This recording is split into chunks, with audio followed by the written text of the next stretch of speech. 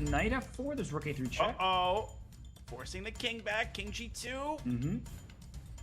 Another repetition is possible. Oh, rook a4. Give me the pawn. You lost the pawn. And you lose both in a row. Oh, that means that white can't lose. Yeah. You could just take g3. Done. Oh, f5. That is. Oh, queen Big f6. steal. Queen f6. Wait, queen e4, I guess. There has to be queen mate d8. here. Okay, wait a minute. Maybe queen No. e4. Any? No. Oh, rook c4. Oh, he's just seeing everything. He really is. And now knight e2, king h2, and Hikaru's still. Can you wait? Still alive. Can you take on g3 in that position? That's maybe the most clear cut. Oh, you just blast through the gates on the king side. Right. I don't actually see Hikaru's- anything. Oh, rook d4. d4. Wait, What a g4. move. G4 fg. There's nothing. Yeah. And then hg. I play rook takes g4, cause not king takes g4, because then you take with check, and Hikaru's gonna lose. Wow. And a fist bump from Jules Massard betrays a smile, and that was one of the most unbelievable matches we've seen in a long time in the RCC. Okay. Rook h1 by Jules, and okay, again he played pretty quickly there, and e2 ends the game straight up. It does, E2 rook yes. c2. Oh wait, no it doesn't. No it doesn't. No it doesn't. No it doesn't. Oh, king e1! Oh my god, I might lose. Oh my god, I blundered. But thankfully, he doesn't stumble on. Rook h3. Jules still trying. Yeah, Okay, he should play until mate, like you said. Yeah, for sure. I mean, okay, but he resigned. doesn't. Very Okay, that's it. gracious, yeah. It is gracious. Yeah.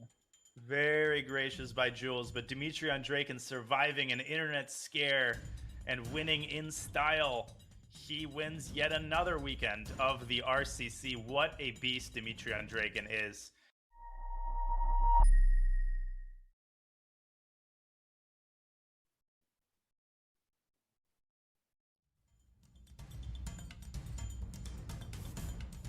Hello, everyone. Hi, Ben. Hi, Yasser. It's great to be doing commentary with you today. I think we will have a very exciting Swiss. Do you see anyone stopping Hikaru? Well, I was going to say that the lead into today's commentary, if it's anything it's as exciting as what that was all about, yeah, I mean, it's one of those weekends where I think anything can happen, Benjamin. Yeah, no, for sure. Yeah, well, what happened last week was amazing. I mean, it seemed that Draken was cruising towards victory, but then he almost had that disconnect against the Jules Massards. But let's have a very quick look at the leaderboard, Yasser. Sure, definitely. As which week are we in suddenly? I mean, it's been going on for some time then. Yeah, all of a sudden we're already in week 18. We see that Hikaru has a dominant lead over the rest of the field. He's played in 14 RCCs and made it to 14 knockouts. Wow. Dimitri Draken is in second place, and we haven't seen Fabiano play them a lot. I guess he's busy preparing for the candidates. It makes a lot of sense. Of course, the Madrid coming up very, very shortly. So yeah, he's kind of stepped off the gas a little bit. There we see a view of the cameras of the players as they're getting ready for the Swiss. Yeah, I think and Draken is playing from a different room in his house this time. Maybe the internet connection is a little bit better. To see all the others getting ready for today's action. It's always, I guess you have the same experience. You're always a little bit nervous before the first round because you don't always know what to expect. Not only that, but I think the normal butterfly, sure, is the competition as you heats up. But just what you were alluding to, like you happen to be in a hotel room, right? And you discover that if you're over on this side of the desk, you have a stronger connection than when you're over on this side of the desk. And for goodness sakes, don't go near the TV because then you lose. So that's like really weird. And I thought it was funny when you were saying about on Draken, like a different room in the house as he's searching for the place where the internet connection is strongest. Indeed. And we've talked a lot about, Fabiano not playing today because he's busy preparing for the candidates. What do you make of Hikaru playing in the RCC today? Well, it's less than a week away for the start of the candidates tournament. Exactly. I think that if you went back a few generations, everybody took time off, like a month or longer, prior to massive competition like the candidates or a world championship. And then you have players, well, like Magnus, like Hikaru, like Richard Rapport, who seem to thrive on the competition, and they want to be hot, right? They want to feel the moves and to be active. And Hikaru, well, the fact that he streams almost nonstop is one of those players who just loves playing. I can't put it any simpler than that. How about yourself, Benjamin? I mean, did you like to take time off before major competition? Well, yeah, back in the day, like when I would play, I'll take the World Cup from like last year as an example. Back then, there weren't really that many major online tournaments like the RCC right now. Right. I would take time off from, like, I wouldn't play any other tournaments. Right. To take a lot of over the board tournaments to prepare for a major one. But I guess if there was an online event, I would try to play, as you mentioned, to keep myself sharp. Right. And keep, I guess in Hikaru's case also, like, keep the muscles warm, as you would say.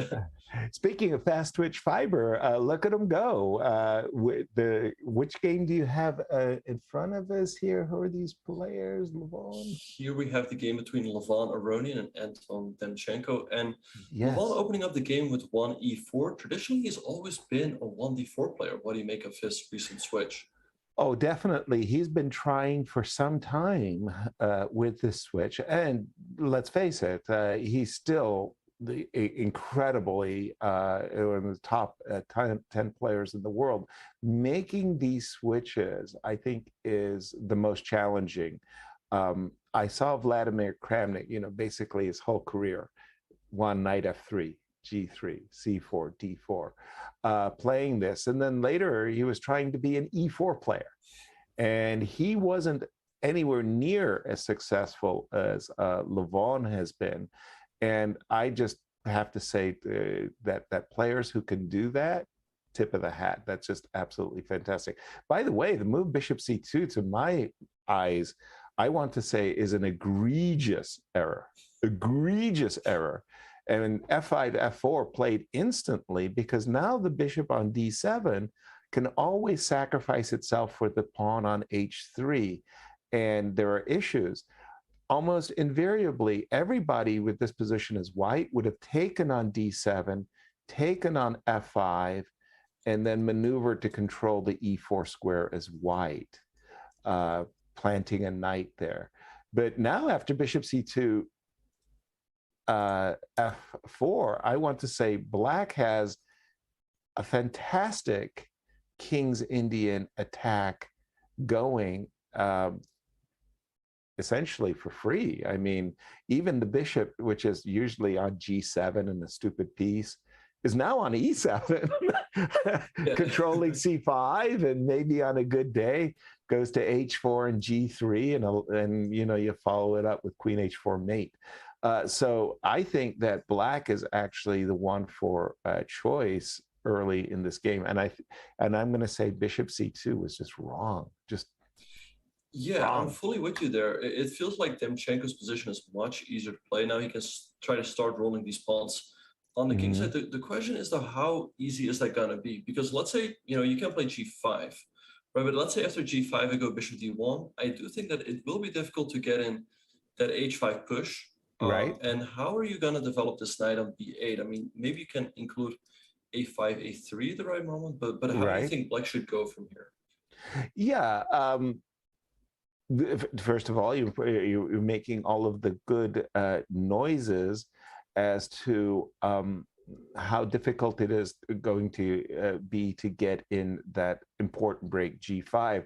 Another important question there is, do you absolutely need to play g5 and g4? Because there are cases where your rook can also do a rook up and over maneuver.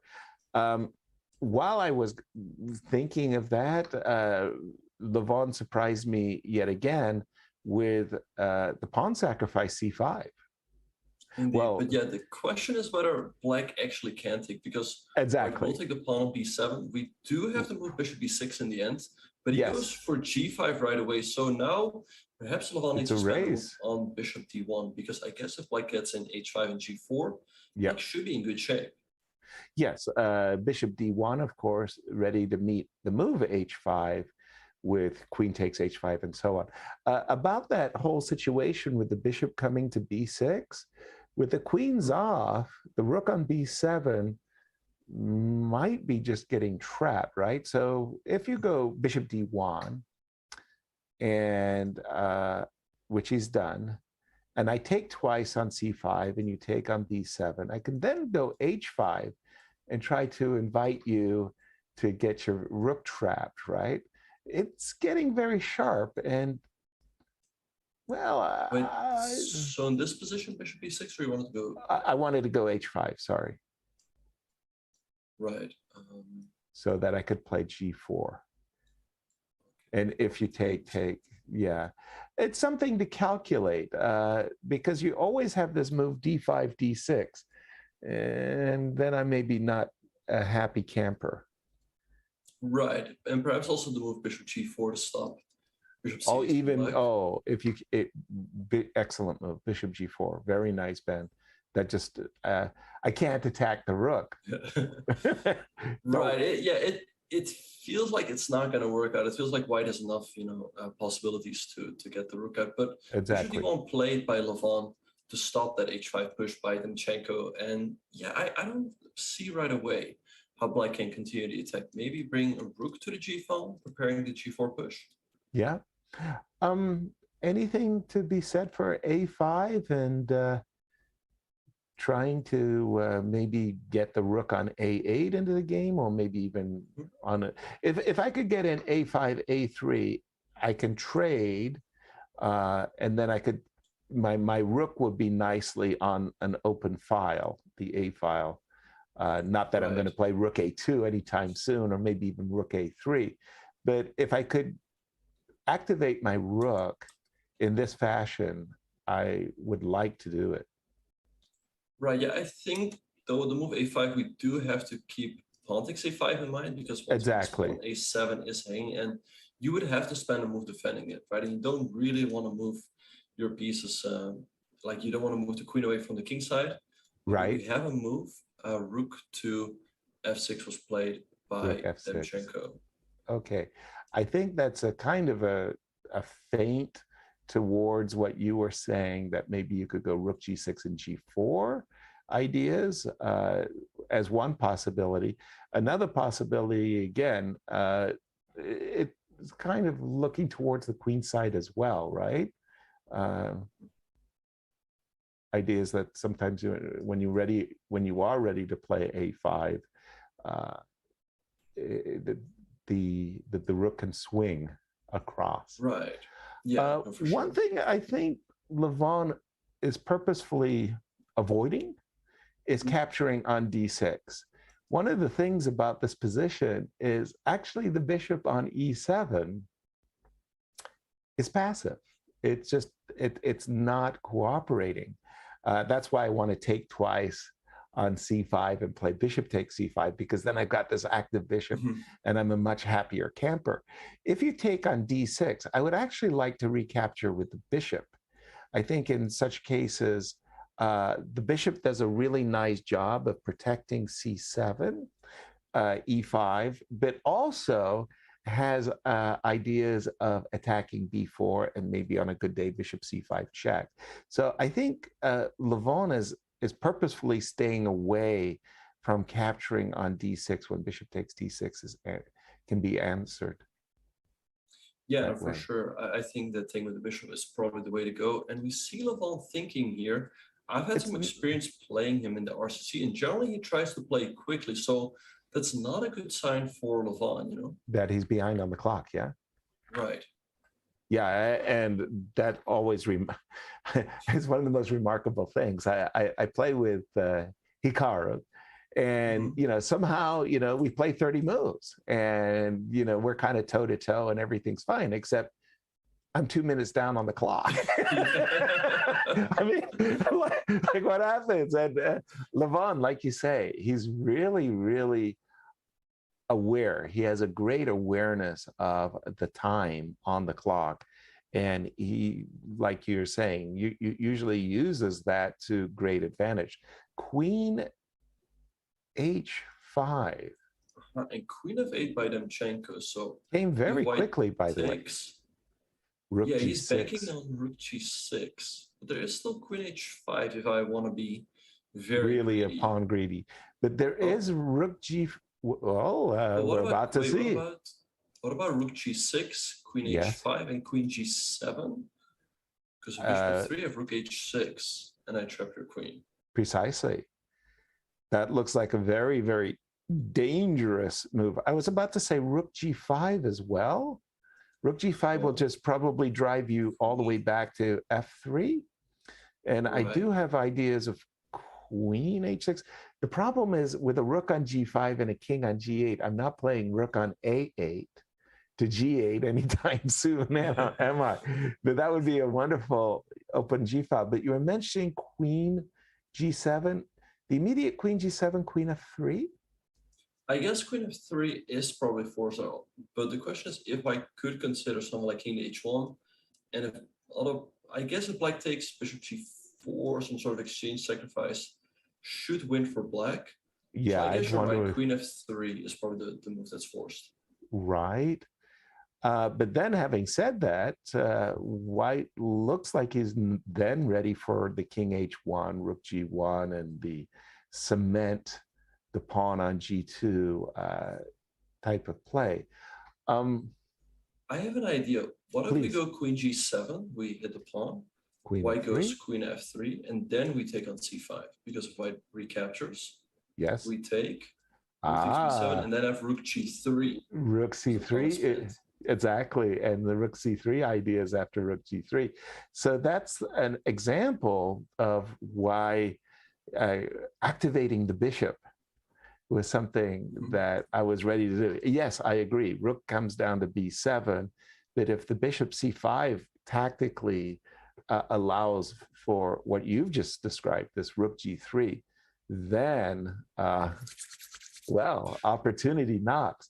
I think you're right. I think Queen G7, Queen F3 takes on C5 is a way for Black to go. Indeed, and here we see Anton Demchenko on the screen. Right now, he's ranked 21st in the RCC. He has 21 points. So we know that the top 12 at the end of the season qualifies to the final. So if he wants to make it in there, he will definitely have to qualify for another, for a couple more knockout stages. Exactly. And he's done it, Benjamin, just as we described. The move Rook G3 was an awesome threat. Levon sidestepped the threat of Rook to G3 because the pawn on F2 would be pinned with the move King H2. King H2, I think a lot of players would have chosen H1 over H2. I think H2 kind of just shows a little more pugnacious desire, I don't know, protecting the units over on the king side. Okay, a pawn's a pawn, and Anton said B7, B5.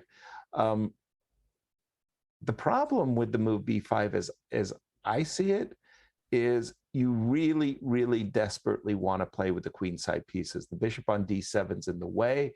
I didn't like the move B5. I thought, you know, you've got to do something to get those pieces out. And I don't know, B5.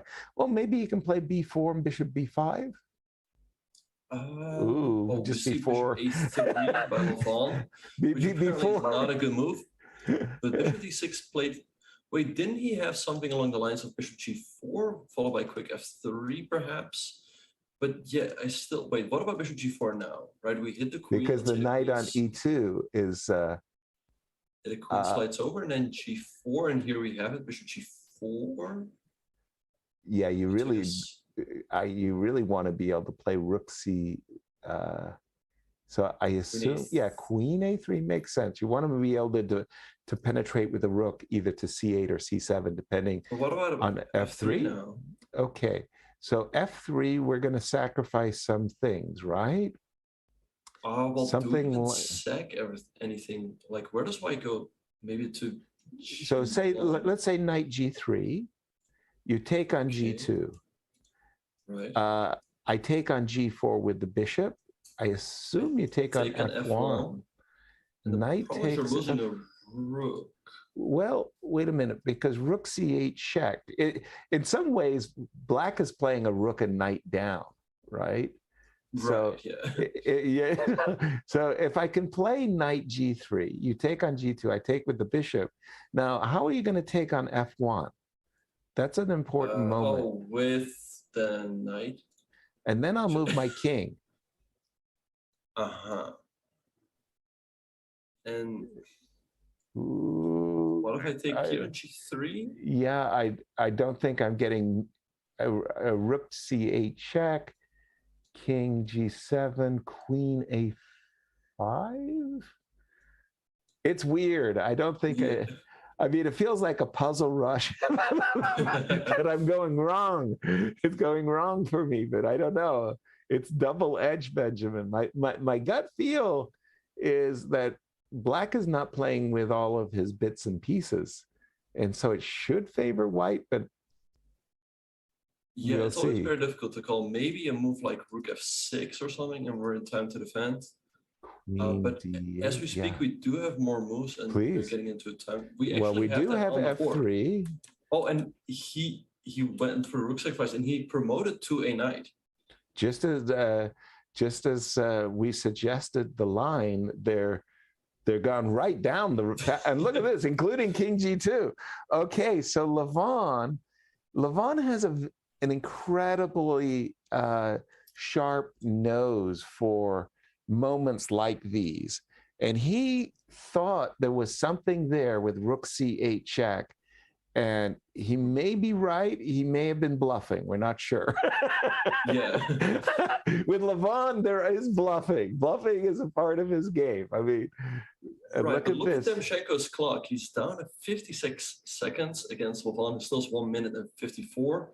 So probably black is better here, but the clock is definitely an issue. Okay. That's a tricky move and a very nice move because c1 was hanging. Queen takes b4 would have allowed queen takes c1 check. Ooh, and knight a4, that's a great move. Oh, it is. Queen a1, it's a demonstration of things have gone wrong. Now queen f4, hitting the bishop, and Levon in big trouble as one of the pre-tournament favorites could be, wow, queen f2 and rook g3 kind of played itself, right? Yeah, rook f8, great move, ready to sacrifice here, but he's down to 38 seconds. Can Levon pull off a flag here? Oh, sack now. Yeah, sack. King c4 though. Definitely. How do we checkmate white? Maybe a5. I don't think we need to checkmate so much as white is in all of his pieces are bad. His king is bad. He has 30 seconds. He's got to flag. He's got to checkmate him before he runs out of time. Exactly. Well, he is getting ready for queen f2 or queen f4 check. Mm-hmm. King d3, Levon. Queen f4. I don't know how I feel about that because it will be. He doesn't have a lot of time to win the endgame. Levon also down to a minute now. The knight on c3 can also be undermined by a move like a2, a3. We have to pay attention to a5, a4 check. But okay, if time wasn't a factor, Benjamin, black would be winning, right? I mean, it's just right. A4, that cements the knight on c3. That was unexpected for me, Ben. Right. Yeah, but I think he was worried about a4 check from black in some positions. Rook e2, 20. Demchenko is catching up on the clock, but he's still got to finish it off. Attack the bishop. Hit the bishop. Wow. 8, but the b pawn now you push the b pawn and b2. Okay, king. Ooh. c3, rook c3, and you get a full queen. Oh, he missed it, but it's getting close. On 14 seconds, he queens. He's got rook c3 would have been. Oh, but he hangs the rook. What is he doing? What are these pre-moves? I think Levon might just win now. Oh no, it was pre-moves. You're right. Oh, but it's still like king f5. No. 8 seconds. Can he? I think he's getting flagged. King f5. Oh my gosh. King, but can he get the last pawn with 5 seconds? King f3? No, that's not. King E2. f3. Take it. Take it. Check. No, he hasn't. Take it. Oh, and he's checkmate. Oh, he checkmate a one. He didn't even But he still has say. one pawn. He's gonna take the pawn. Oh, but it's gonna be a draw. It's gonna be a draw. What a game! Oh my goodness, what a game! Oh, whew. Go back. That's crazy. What other games do we have going on? We'll have to come back on this. This one had us on the edge of our seat till the very last second. We have Levon was so lucky there. Oh my goodness. checkmate on one. He survived that. Wow. We have. Oh, this game has already finished. I'm trying to see the games from the tournament. Mm-hmm. And by the way, a big shout out to our audience. Thank you so much for joining us. We are going to make an effort, we'll see how it goes, to look at your chat window questions. So we're just putting that out there that you can join a conversation and ask Benjamin, myself, any questions that you may have about the competitions. So we'll see how that feature works. It seems like you're finding all the games that have been completed. Right. I don't see I think this round might have come to an end. There. Perhaps we can take a very quick look at what Demchenko missed. He was fighting against the clock, but in this very position, he missed checkmate in one move, and he had 2.5 seconds. To an experienced once and bullet player, that's unacceptable. Sorry.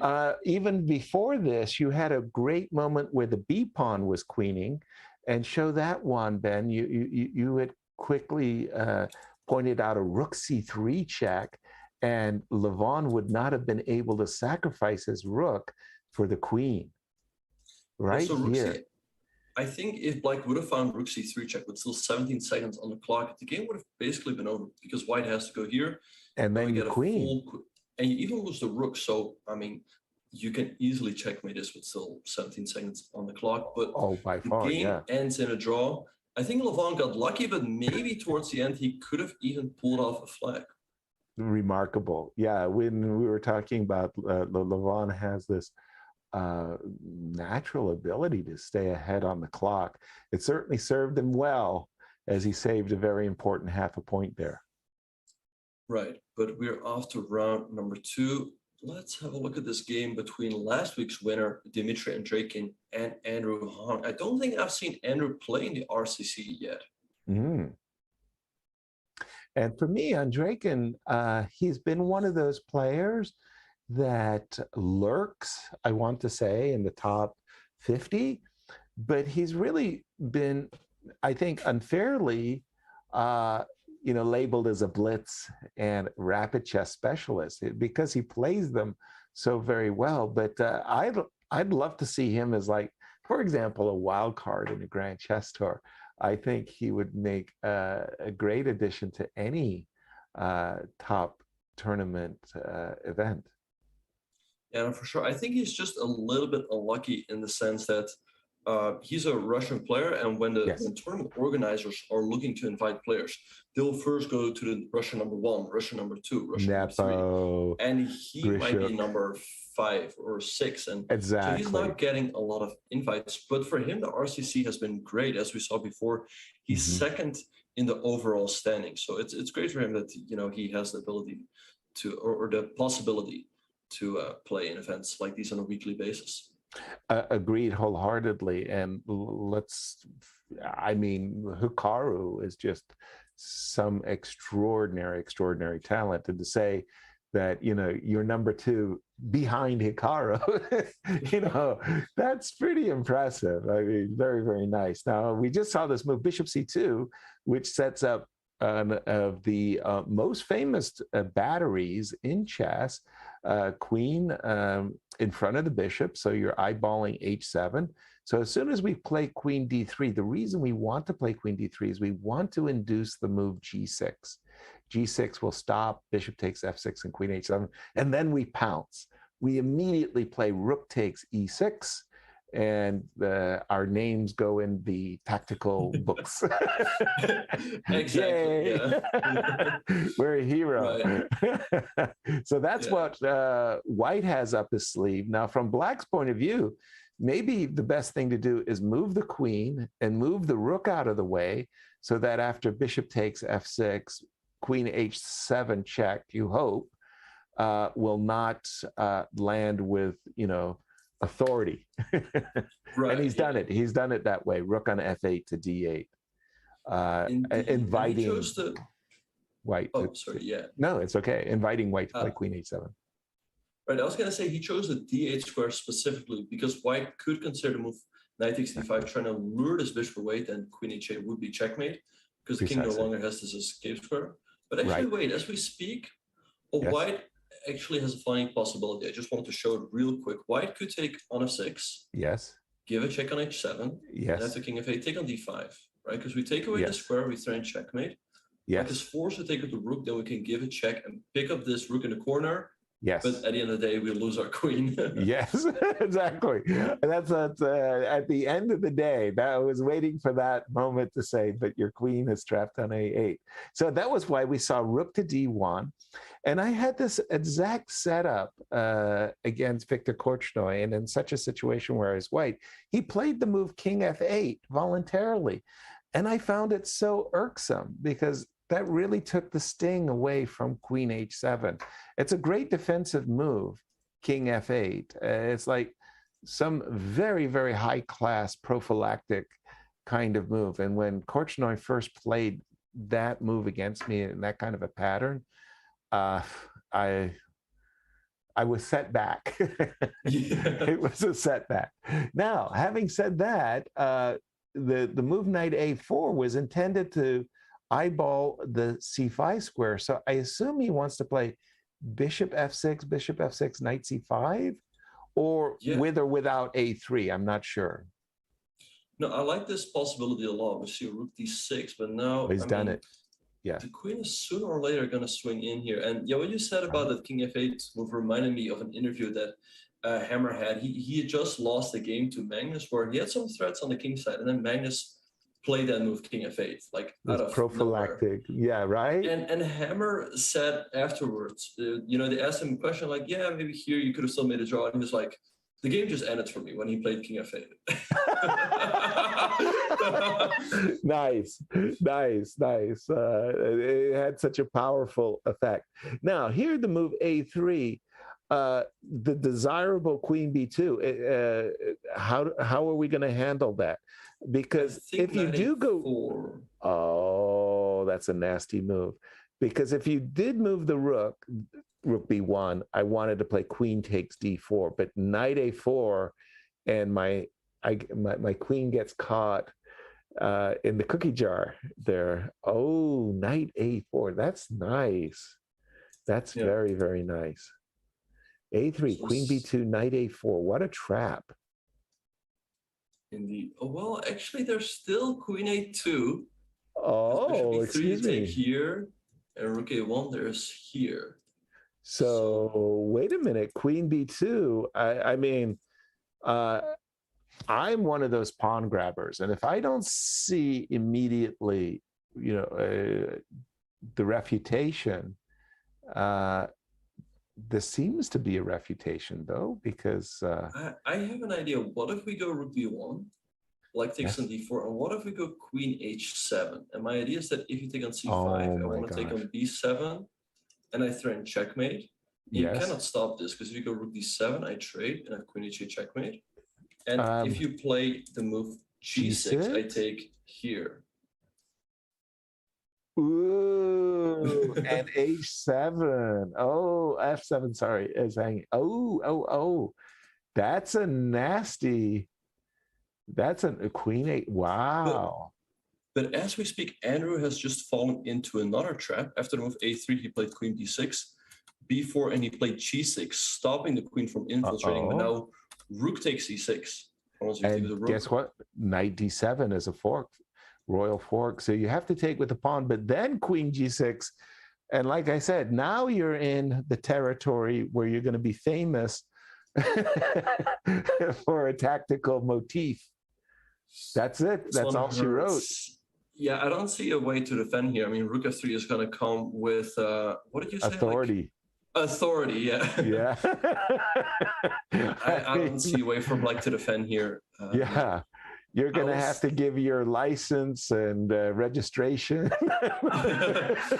Right. No. And, oh, that's a nasty move. Rook D3. A rover. Rook up and over. indeed, because if you go E5, the problem is that at the end of all of these lines, there will always be a 97 check. And, Precisely. you know, you just lose everything here. So I think we might just see a refuge. You lose the you said you're talking about your registration, but you're also going to lose the house. That's right. Precisely. And what's really, really bad is, unfortunately, it's just mate. Rook F3, Rook F7. If you played a move like Bishop H8 in order to, Rook F3, F7, and G8 mate. No, indeed. I'd be amazed if Black could find a defense here after Rook D3. Your E5 was a try, but you were pointing out it was D7. Not really a try. It was just showing how Black would lose. Okay. and the problem is, if you go queen back, then we give a check, and it's checkmate on H7. Exactly. Right. So I think we might just see a resignation here from Andrew Hunt, because I don't see it. And and Dimitri and Draken, it looks like he's going to move to 2 out of 2. He's been very consistent in the RCC. We see him here on the big screen. He's ranked number 2, as we said before, 56 points. At this point, it's pretty much guaranteed that he will make it into the finals. And he's played in 7 knockouts. That's impressive. Qualifying is so hard when you look at the field of players and realize that you really don't have much in the way of mistakes. I mean, you can lose a game, but anything worse, and it's just you're not going to qualify. And it's so hard to qualify. And then 7, wow, it's great. It's great. Rook C3, by the way, that's a very nasty move as well. Queen C8 and Rook C6 on the agenda. And, I don't see defense here, but indeed it's very difficult to qualify Queen C7 by Andrew. But I think at this point, after G3, now is a good time to resign. Give it a rest. Okay, what else you got for us, Benjamin? All right, let's see what other games we have in the tournament. Dimitri looks in good shape there. The game between Big Fish, Vladimir Fedoseev with the black pieces against and Zhang Ji, but this endgame is looking like a draw to me. And if anyone's better, maybe it's white, because a lot of these pawns are fixed on the light squares. Exactly. Even though 1, 2, 3, 4, 5, 1, 2, 3. Yeah, no, even though these double pawns on B2 and B4, as you say, they're doubled, but it's the fact that all of these pawns are on light squares. And if Black were ever obliged to play the awful move E5, E4, King F4, it's one-way traffic. So we've got issues now. How can White force the move E5 takes D4 and or E5, E4? I was looking at knight A6 with the idea of knight C7. He's got knight B7. Right. Eyeballing D6. But okay, the problem is after bishop D7, I still haven't put any pressure on the E5 pawn. Yeah, I also don't see how to do it here. So knight C5, bishop back to F5. Yeah, I would think knight C7 is a big threat now. So bishop E7 by Fedoseev to be able to meet knight C7 with bishop C6. And precisely. What do you think about this endgame, Yasser? I would think it's probably a draw. I like White's chances, I was going to say, instead of knight c5, one of the things is, like if you played the move, just for argument's sake, king d3.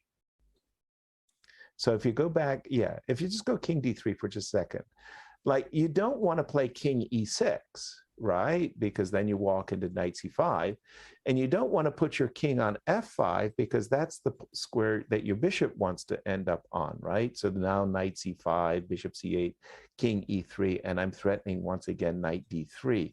So what I'm trying to do is get you to play the move g7, g6, and then I want to play a move like b2, b3, and eventually I want to wrong foot you to try to create a zugzwang. White didn't feel like he had anything, but I don't see why you don't at least try the move king d3. I don't see the downside to the move king d3. Right. But okay, what else you got for us, Ben?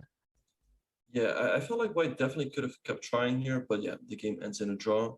We also have the game between Jeffrey and Kovalev, a very interesting rook endgame where White is probably winning. This king is completely stuck, and Right. king d5 is going to come. We're going to sack the f3 pawn, but I think this a pawn should win us the game. Exactly. I feel that as well. Too much progress here for White. And actually, I don't see a move here for Kovalev. Like, you're in sort of a zugzwang, right? Yes, if your rook moves, then you're not hitting the f pawn, and our king goes to d5.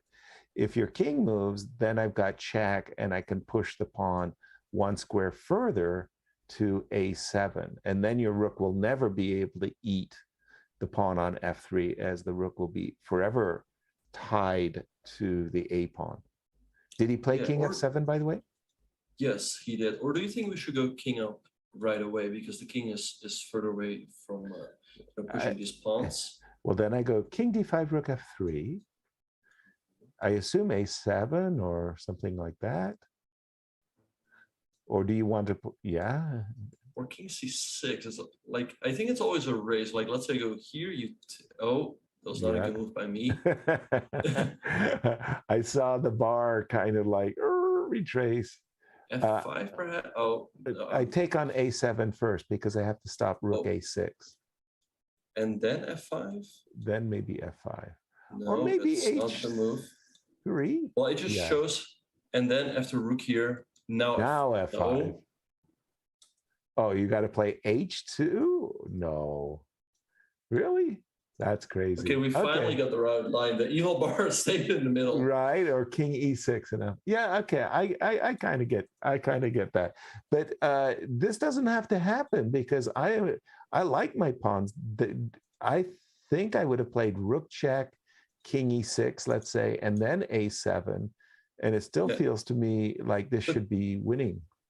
But yeah, this has been played by Jeffrey, but actually I don't know, because now the king comes up and the rook is kind of stuck defending this. I think maybe he should have moved the king, but as we saw, it was probably difficult to figure out the win. But Kovalev's got no time here. Now Jeffrey moves the king over. But this king walks in way too fast. I think Kovalev will be getting... Are you sure? Because I've got rook check. Oh, he won a rook b4. Yes. I've got rook check and rook a4. But it's not over. This king is going pawn hunting. Does White have a win here? What if Wow. Wait a minute. Okay. What are we supposed to do? This is winning for White? I wouldn't have guessed that. So king c2 and king d3 on the board. Oh, this is the current life position. So king g4, but now king e2. White is back in time to stop the pawns. White just gets his king in front of the pawns. But isn't this a draw if Black gets the pawns to g4 and h3? But now he's getting into now he just got himself cut off. You make an interesting point. I think you just end up, the pawns get stuck, but like you can get your king to h2. I put my rook on g4. You'll have your pawns on h4, g3, f4, and then after, for example, a move like no, you still have h3 and g2. What am I saying? No, your king has to be on h3. Definitely some opportunities there. Not easy with no time on the clock, Benjamin. Mm-hmm. Indeed, yeah. In the meantime, we see here Sorana closing out his game. He moves to 2 out of 2 as well. But yeah, tough game for Jeffrey. But I think, yeah, just the time edge on the clock gave him the win. And what do we have here? We have Jose Martinez moving to 2 out of 2 as well. Nice move, King F5, hitting the pinned knight on G4, picking up the knight, queen. Queen's better than 2 minor pieces, Benjamin. Yeah. Most of the time. Right. Here we have this game between Georg Meyer. I think it's also his first time playing in the RCC. He's playing with the black piece against Harika, and it looks like he is going to win his game as well. Queen H3, monster move, just threatening H2 mate. Mm-hmm. Okay, this is going to be a fun time scramble. Once again, a game of Demchenko. He's playing against David Paravian. White will probably be up a pawn. Rook d5. Now he takes, but White is down 6 seconds. A fancy little move there, Rook d5. You could have just taken the pawn, like you said, but I mean, you got style points too, right? Rook d5. Indeed. Yeah. Rook d4. Well, that's 2 pawns. That should be game. They both have 28 seconds. White going for a bit of a think now. H4. Oh, he plays H4, F4. King F2. King F5. Demchenko speeding up here. He's going to go check. Check an A5. Yeah. An F3, A5. you just got to try. Okay, King F3 might be a draw now. King G3. King G3, you got to try. Starting checkmate, King F3. King, but King D1, the King weasels out of it. King C4, good move. I think Rook to G5. And now I think if nothing else. Rook G3, Rook G3. Yeah. Now you can start pre-moving. Yeah, that's over. And that's going to be an easy win for Paravian. Rook G3. Oh, that. I mean, the A and H pawn is actually there's some tricky moments there, and I think it was a game of R2 Yusupov where he made a draw. Look at this time scramble. White is 1 second, black is 4. Who's going to flag who? White speeding up. The black is not making pre-moves. 1.5 seconds. Pre-move. And why did he? Black won.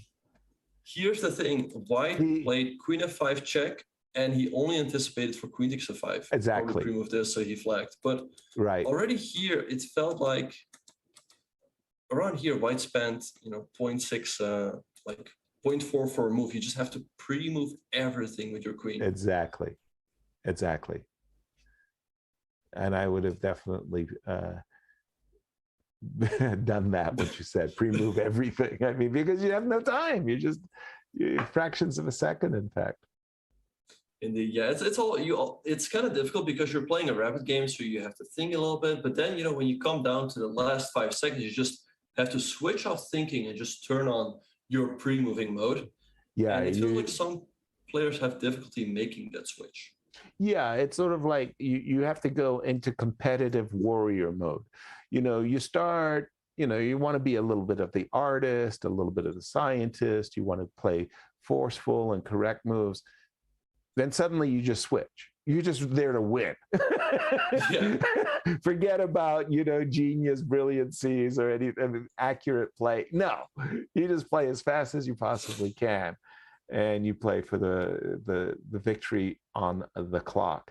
And remember a women's U.S. championship between Irina Krush and Anna Zatonsky, which famously went viral, where Anna just kept making every move like instantly and hitting the clock hard, and she was completely lost on the position, and Irina flagged and fell, and Irina was furious. I think that video saw a king flying. Yeah. Right? It was still seen flying across the playing hall.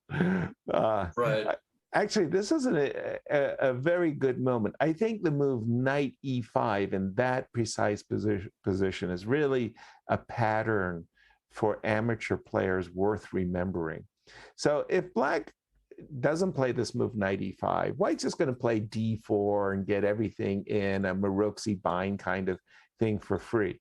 And the move knight e5 really throws a spanner and suggests to White he's welcome to double the pawns, but then he'll never get in the move d4 in a nice way. And the doubled e-pawns are actually quite useful for Black. They cover a lot of squares. So after knight e5, we saw rook d1, did we? Yeah, Okay. rook d1 by Rana. We saw a trade on f3. And Operin is really trying to stop this d4 push from White. So Ranak slowly improving his position. And now he's coming with another knight and also vacating the f6 square for his bishop to control the long diagonal. I think this is very, very good play by Black at this exact moment.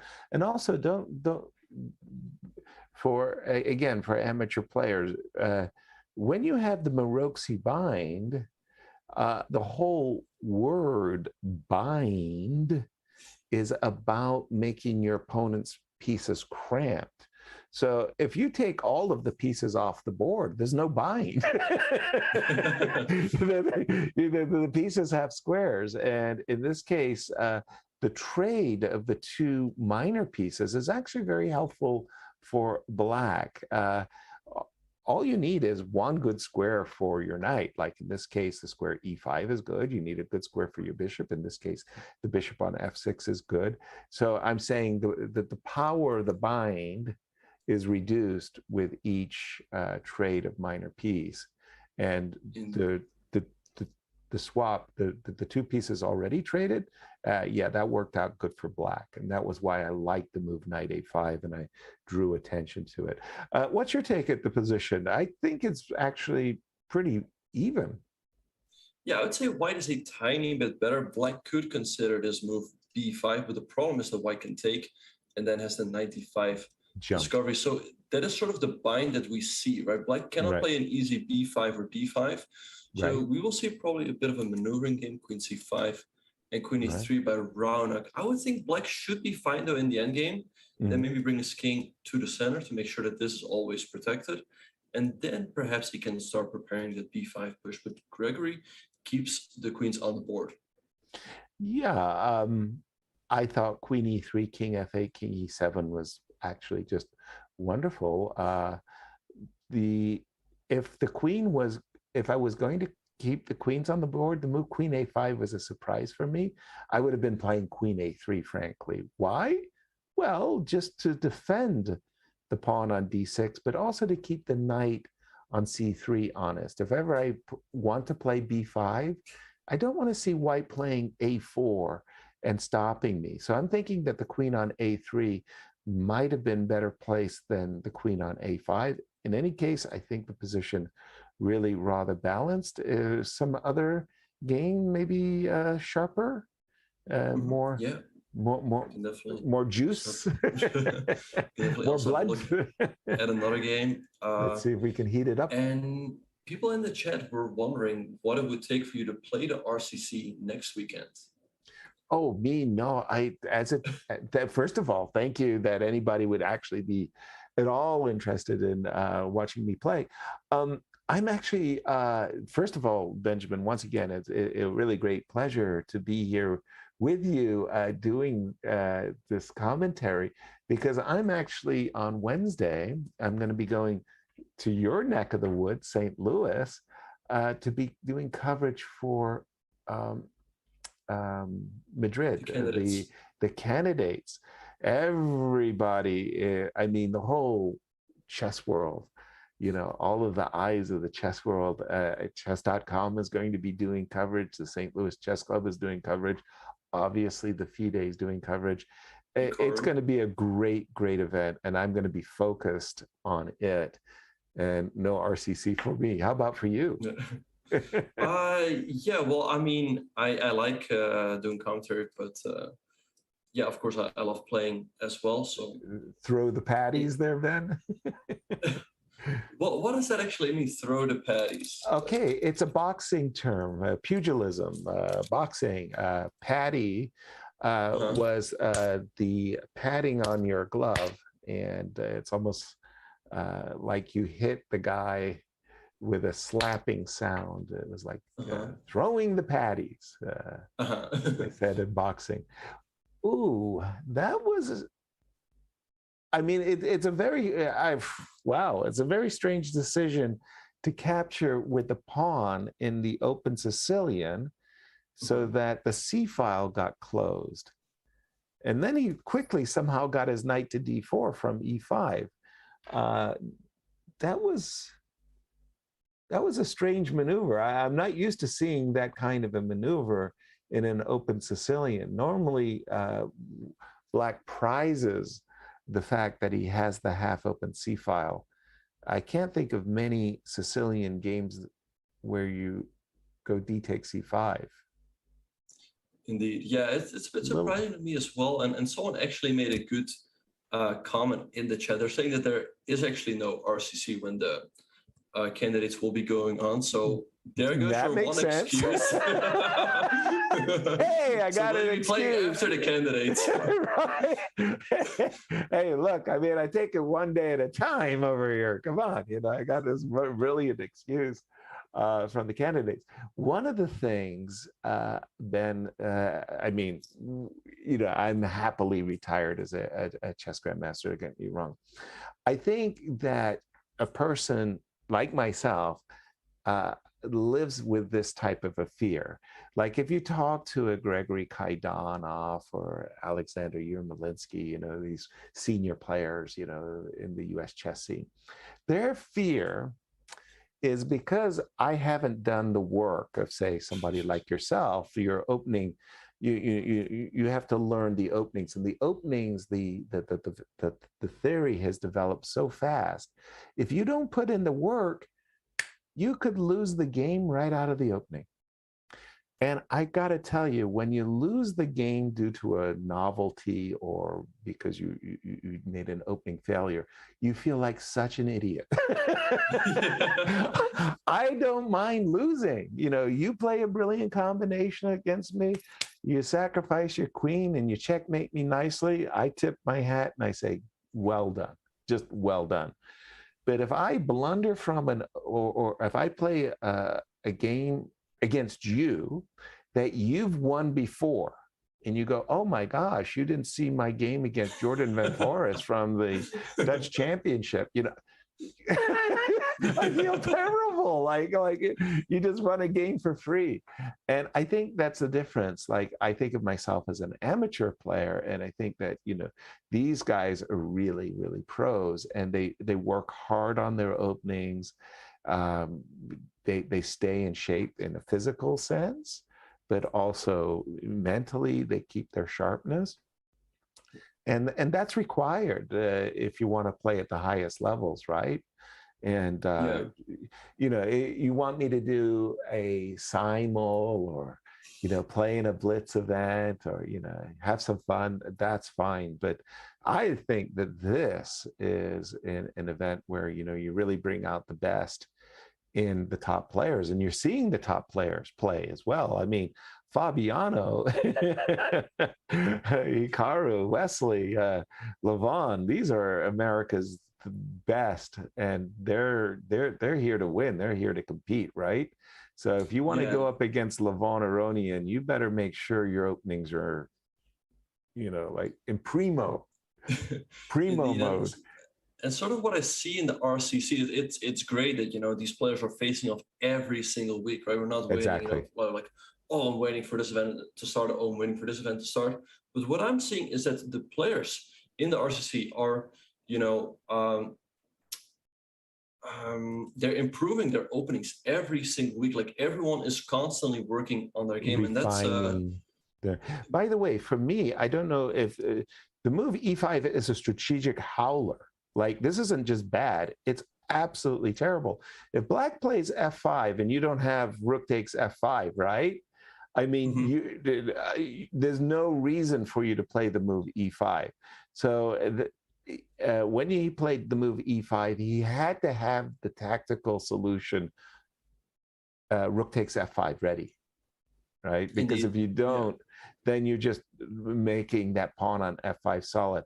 Now, having said that, White's for choice, but no, should be a draw, right? G4? Should be a draw. Yeah. Black has the move G4, Right. after which white might take an F5, and we might just see everything get getting traded. off. Oh, And F. here we see Thinking about maybe F3. also possible. Alert! F8. Rookie 7 check was a big threat. Alert!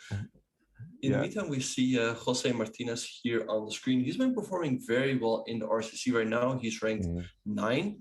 So he is looking to make it into the finals at the end of the season. Once again, the top 12 qualifying. He has 35 points, and he's made it to 6 KOs. And Jose is really one of those players who's been kind of fortunate to have these tournaments because he's rated around 2,600, right? He doesn't usually get, let's say, top invitations, but because of the RCC, he's been able to stack up some prize money. Nice. And again, this 2,600, 2,660s, it's almost like the dead man zone. It's the worst because you have a lot of you have a lot of organizers who want to organize events for norms. They want their junior players to have norms. But when you're 2,660, you're too strong. You're going to ruin everybody's chances for making a norm, right? And you're not in that 2,700, that magic club where, like now you're getting a lot of big invitations. And of course, the 2,800s, well, they have a circus to choose from. What the heck is going on here? There's a knight on H6, which I understand if there's a king on G8. But there's a king on B6, Benjamin. I don't know what is going on here. A lot of people were asking for this game. That's but crazy. I haven't seen an immediate way to checkmate this king, to be honest. But yeah, you're absolutely right. And I think actually if you're in that range, of like a 2,600 plus Grandmaster, you don't really want to play those norm tournaments because you will have to score something like 7.5 out of 9 to maintain your rating. Right. Exactly. By the way, you pointed out that Bishop E3 looks like a very nice opportunity. My focus had been on Queen B3 check, I guess. King C7, Bishop F4 check. King D8, and you just walk away from like just a walk in the park, man. Wow, right. That's crazy. That is so much. That's so fun. By the way, I did a book about a year ago. It was finally published as a book of love, I want to say, with my friend Bruce Harper. It was called King Walks, and it's not king marches where you're forced on a death march to escape, but a voluntary king walks. And we had so much fun, Bruce and I, in making that collection. And now, ever since the book got published, it seems to me like all I'm seeing is king walks. Like when it rains, it pours. Indeed. And yeah, here we see Dubov on the screen. He is ranked number 5 right now in the RCC, so he's looking to qualify to the finals as well. And I think King C7 might be a repetition here already because F6, 96 check, right? Right, and if we have a look, we got into this position because wow, 4. Crazy. I think King C7 might, or no, it's probably not. But I think Dubov might have to go for it because he only has 1 minute and 27 seconds on the clock. That's a remarkable survival because it sure looks to me like Black's in really bad shape. Like really bad shape. Instead of the move Bishop G5, just as an example, you could play the move Rook on A1 to D1. And I assume you want to capture on H6, right? And let's say I go Knight B5, just as an example. And this is what I mean by, it's scary. Well, Black's king on D8. Now, beside the move Knight to B5, do I have another move exactly there, Benjamin? I don't know. I was considering something like knight of. Oh, actually, we were talking about how they were headed for a repetition, but Jeffrey decided to play on with the move knight to e7. Whoa. Okay, that's. I don't think that's a brave decision. I don't think it was a good decision.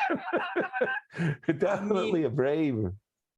Given the fact that Dubov has 1 minute and 13 seconds on the clock, Oh. I don't like that he took on h6, giving up the pressure over here. And I thought the rook was coming over. Yeah. Well, here it's 2 pieces for a rook, right? And the one pawn extra count? minute and 20 seconds. Oh, this is a nice move. If white were to take, there would be a backrank checkmate. Backrank checkmate. I don't know. This looks really dangerous for black. Black is, bishop e4. Yeah. Bishop c2. Bishop c2. It's a game over, right? Bishop c2. There's still this. Rook takes c7. No, but bishop c2 wins material. But okay, so king takes. How do you finish it off? If you go queen e3 check, king f8. Yeah. But what about there's queen a3 check. Ooh. Or so queen b4 now or queen a3. He's done it. Maybe queen d6, rook e1 and bishop e4 is the way to go. Because if you take d7, we have rook c7. Exactly, stopping the check. Jeffrey also a minute here. King d8 also possible, I guess. Queen d6 was chosen. Done. Check that h4, one. good move. Very good move. The problem really here for Dubov is the time. Queen d8, he's still trying to fight on. But yeah, we were talking 2 bishops. Yes, sorry. Oh yeah, we were talking about Dubov earlier, but Jeffrey is also sort of in that zone where I think he's just in the bubble of qualifying to the finals at the end of the season. But yeah, they do need a couple more good results to lock in their qualification. Absolutely. Also, you were talking about 2600s and 2700s. Jeffrey's in this really awkward position, like he's in the 2700 class. He's kind of made this really great strides forwards. And yet in the United States, our chess scene is just simply amazing. It's fantastic. And our Olympic team, when you look at, we have 5 players. It feels like we have 5 players in the top 10. Right. I mean, it's terrible, but I think there's only 4 in the top 10. And then, there's Jeffrey, and he's fighting with Sam Shankland and Ray Robson and quite a number of other people for that 5th spot, right? And it's just sort of like, what do you have to do to get on the U.S. Olympic team? Yeah, it seems really, really tough indeed. And Sam Shankland actually made it because Hikaru declined the invitation to play for the Olympic team. Yes. Hikaru. Yeah. I mean, although I must say the United States Chess Federation has generously supported the teams. Hikaru basically made the point that the compensation that he gets as a team member is, he does much better streaming, full stop, or accepting an invitation like a US championship. And there's a kind of an asymmetric risk. He goes and he plays for the Olympic team, and he could lose a ton of rating points and not be compensated, so to speak, for representing the US team. So he actually declined based on a compensation. That's a very strange play by White. Why is White's king not on f3? Philidor's, Well, he still has, a typical Philidor position, but I think he's going to get flagged here. Black can always turn rook c1, rook c2 check, Also, draining just a couple seconds off the white clock, and with 2 seconds, there we have it. He went, he pre-moved rook e8 instead of rook g8, which was necessary. Indeed, and at the end, Baravian does get the win. Nasty, nasty. No, that's part of 10. Oh yeah, if this would be, you know, with a 2-second increment, it would have probably just ended in a draw. But Paravian does get the win, and he moves to 2.5 out of 5. But with all that being said and done, you guys, we are going to be taking a very short break, but don't go anywhere, because there will be a lot more action coming from the Rapid Chess Championship presented by Coinbase. Okay. The Rapid Chess Championship is brought to you by Coinbase. Whether you're looking to make your first crypto purchase or you're an experienced trader, Coinbase has you covered. You can earn crypto by learning about crypto at Coinbase.com. Explore DeFi and Web3 with your Coinbase wallet. Get exclusive rewards when you spend with your Coinbase Card, and much, much more. Learn more at Coinbase.com/chess and get $10 in Bitcoin when you sign up and verify your account. Check them out. Use the command sponsor or command Coinbase today and go to Coinbase.com to get that Bitcoin, baby.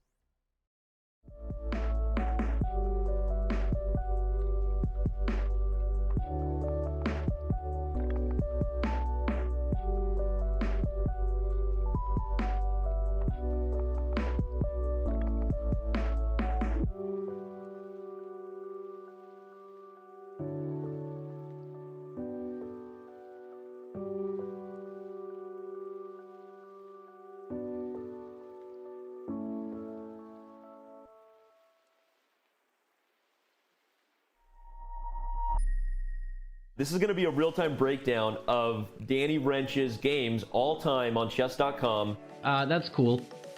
Oh! In the last month, I am playing 83.12. I'm less accurate than them in every stage. Yeah. Man, that stings a little You bit. should Okay. do the more game review. Okay. Yeah, thanks a lot. Okay, so Tuesday sucks. I gotta stop playing chess on Tuesday. Oh, it's because it's Title Tuesday. Look how many blunders there were back in December 2020. And now December 2021, 1,600. Don't look at this number. look at this number. Best. Let's go to tactics. Mates. I'll probably need to work on these ones. Yep. Every single rook fork that has presented itself to me, I have found. No one has a higher percentage of rook forks than I do. Yes, correct. These are literally the knight forks that you missed. I missed knight d6? You saw it just now. What the is wrong with me? I could have done here and then taken this pawn, and I'm winning because my pawns get held together. That's probably the coolest part about this feature. Like these positions against Hess. Rook there for rook e2. And he blunders mate in 1. Oh my goodness. I'm awful.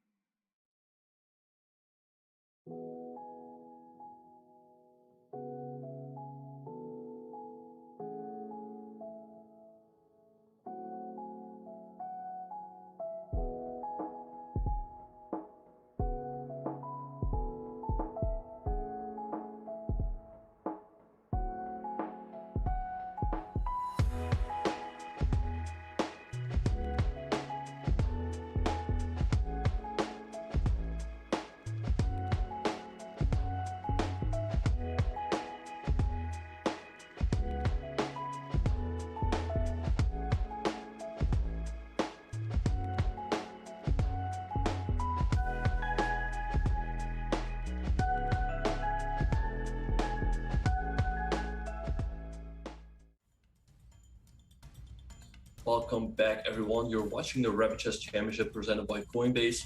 I'm Grandmaster Benjamin Bach alongside legendary Grandmaster Yasser Cyron. Yasser, what really has stuck with you from the first 3 rounds?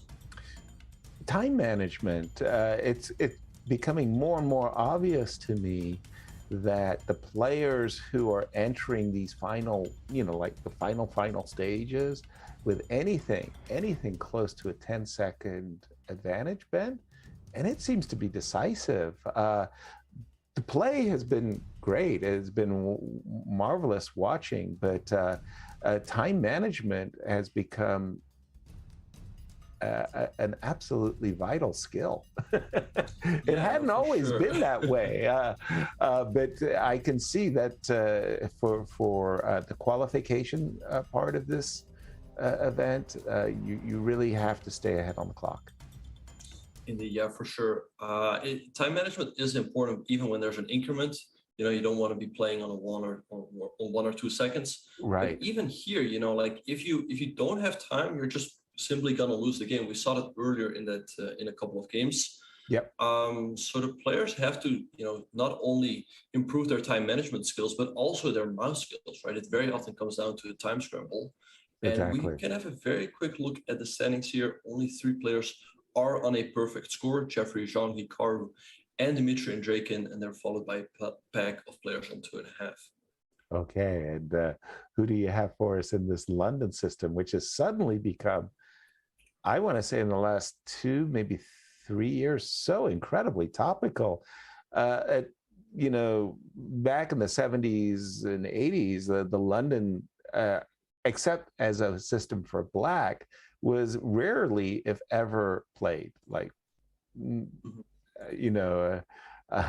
they're more often they would play the Trompovsky with bishop to g5 than bishop f4. But what has happened with the London? Why has it suddenly become popular at all levels? Even I'm seeing 2,800 players play it.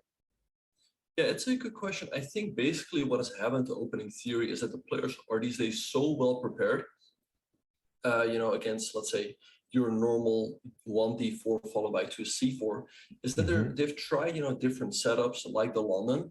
But the thing is, let's say 10 years ago still, the London was an opening you would play to avoid theory. But even these days, there is theory in the London. And right. And the same goes for, let's say, the English or the Ready, or let's say all these Italians or D3. Exactly, Italian. Berlins. Yeah. Right. So the openings that you used to play, like the London system, to avoid theory, have actually become the battleground of the theory. Like, wow. And this is not the conventional London that I'm used to seeing. Queen b3 and c5. This looks, to my eyes, very uncommon. And there is you do have an opportunity to drop in with bishop to d6. Should he take advantage of it and try that move?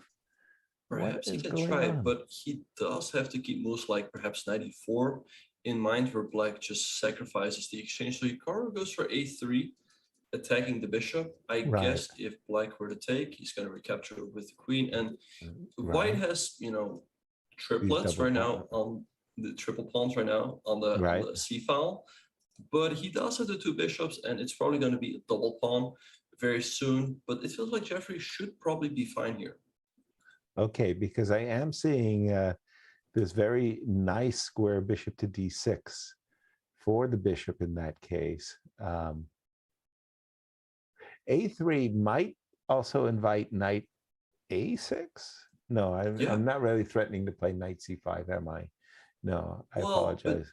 Yeah. You are developing another piece, and you might be threatening to take on c3 and then take on c5 in the future. And I just wanted to ask you, right, like you were talking earlier about how the London was viewed while you were an active tournament player. I was just wondering, how was rapid chess viewed back when you were an active player? Yeah, it's really kind of a funny situation. Today, we could almost see it with a kind of a half smile. Garry Kasparov, for example, was really adamantly opposed to rapid chess. He thought it was a kind of a bastardization of chess where, literally rapid chess encourages bad play. Like you had these people who thought that, there's correspondence chess, right? Like this was like the highest level, like no blunders in correspondence chess. And then you had this classical chess where, like the purest and the greatest played. And then you had blitz chess. Blitz chess was always for fun, and everybody loved blitz chess. And it was serious, but only semi-serious. And, like nobody really had any bad things to say about blitz chess. But rapid chess, people got angry. You can't play rapid chess. Why? It's immoral. I remember I was at a Grandmaster Chess meeting, the GMA, and a very religious Lajos Portish was deeply offended when Gary said, it's immoral to play rapid chess, and he said, but please, I'm a Catholic. You can't tell me it's immoral to play chess. I mean, it's what I do. So it was a very strange thing. It really had people divided. By the way, let's get back to this. This move E5, that's a joker move. What is that? Yeah, can that move be Jeffrey? Like what? Can that move be serious? So you can take a bishop, you take, and you can take the pawn on D5, or White does get this check in the end, and that's annoying. White doesn't have a great place for the king. He probably has to block with the bishop. How about knight E3? Knight E3 maybe. Or knight E3, yeah. Then I can castle. I keep. Well, you can go knight E4, and you can end up taking. I don't know. This is a. I mean, to my mind, the move E5 was a kind of coffee house move. Mm-hmm. If you get away with it, you feel like you pulled one on your opponent. Right. And this is what we've got: knight E3 on the board, knight B6. Yep. No, this is our analysis. I'm sorry. The move after E5 is the E5. I see. That's still the life position. But I was just wondering, like, why did they think rapid chess was immoral, but they were fine with blitz chess? Or was it basically because, when you play blitz, it's clear that it's fun? But people were saying, like, when you play rapid, you're pretending that this is real chess, but it is not. Was that exactly sort of the argument? Exactly right. You're pretending that you're playing a better. You're playing good chess, when most rapid chess games actually devolve, if you will, into blitz games. And so there was this idea that you really wanted to keep chess pure, that chess is art, it's sport, it's science, and you don't want to get young players such as yourself to learn how to blunder, to make mistakes and just ignore it. So you had like in the Bobby Fischer period, you had people going, wow, Bobby played a perfect game, like that was beautiful. Bobby played perfectly. So anything that kind of like brought chess down was kind of viewed askance. Like, really? That's what you want to do? That's the type of chess you want to support or reward? Rapid. And I always liked rapid chess. I thought that rapid chess was actually a really, really hard variation, because it's not blitz and it's not classical. You couldn't think too long, so you had to be practical and you had to play rapidly.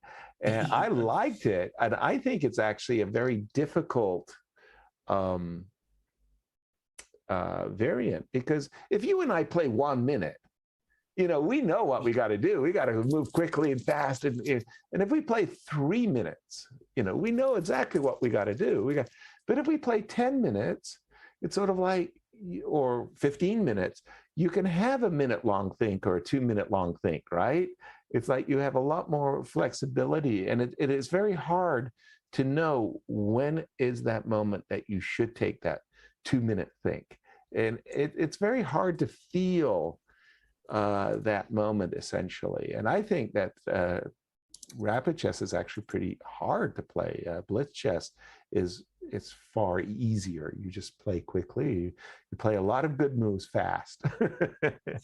That's the idea. By the way, the move bishop d3 really it kind of caused some distress there. I thought white was going to be capturing on d3 and playing king d2, but that was not played. And now I think black is fighting for an advantage. Yeah, I like the position as well for black. Perhaps a move like knight d6 can also be considered. And I think especially if Jeffrey can get in the move e4 successfully. But for the moment, white is going to take this pawn on c4. And I think that it all still does play out for black. Yeah, knight b6 is fine. I also like rook a8 to c8. The reason why I play rook c8 is I want to discourage bishop takes d3. But if white doesn't play bishop takes d3, how can you live with this bishop on your doorstep, right? I mean, this bishop is right there. It covers b1. It stops you from castling. And like you say, if you can follow it up with e5, e4, ooh boy, the knight can swing to d5. Maybe white will have to play e3, e4 himself just to stop black from getting in that move. But and this is one of the reasons why I might want the knight to go to c5. Like I can take on f1 and go knight to c5, and maybe instead of on b6, d3 or b3 might be the promised land. I like black's position. Yeah, and we have more moves after knight a5. Rook ac8 was played, and Hikaru actually did. Oh, rook e8 was played by Jeffrey. Okay. And Hikaru actually did trade on d3 and played king d2. Now e4 by Jeffrey. And yeah, a lot of other people are also wondering, who is your favorite for the candidates tournament? Not to sound nationalistic. Fabiano Caruana. But if Fabi or Hikaru win, I will be elated. Go America. No, I really, really like the American players very, very much. I think what Hikaru has accomplished in his career is phenomenal. I knew Hikaru since he was a little boy. And to see him and all of his successes, Fabi is another, to my mind, great player. And what I know makes sponsors so very, very happy in America is when American are watching chess. And if an American can get to the World Championship, it means so much for sponsorship. I think it just takes chess to a much higher level. I think, for example, when you talk about Magnus and what Magnus has accomplished in Norway, it's just phenomenal, right? I mean, it's just incredible what Magnus and sponsorship, and he's a, well, dare I say it, a national hero there. And I don't think there would have ever been any kind of the Norwegian sponsorships that we currently enjoy if it hadn't been for his success. So yeah, I have to say I'm a bit of a nationalist in this case, and I would love to see either of the American players qualify. And I think for Magnus, however, Magnus has made it clear that he wants to see Alireza Firouzja qualify to the exclusion of all others, and that he's looking forward to this next generation matchup. He figures that he's already played Nepo and Fabi and Sergey, and he wants the next generation. So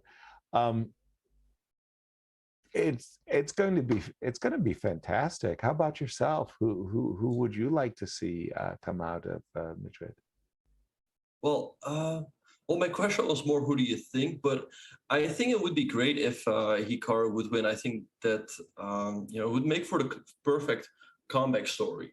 Right? A lot of people thought he was retired a while ago. He was just streaming, and then he came back into the Grand Prix, qualified to the candidates, and what a story it would be if he would qualify for a World Championship match.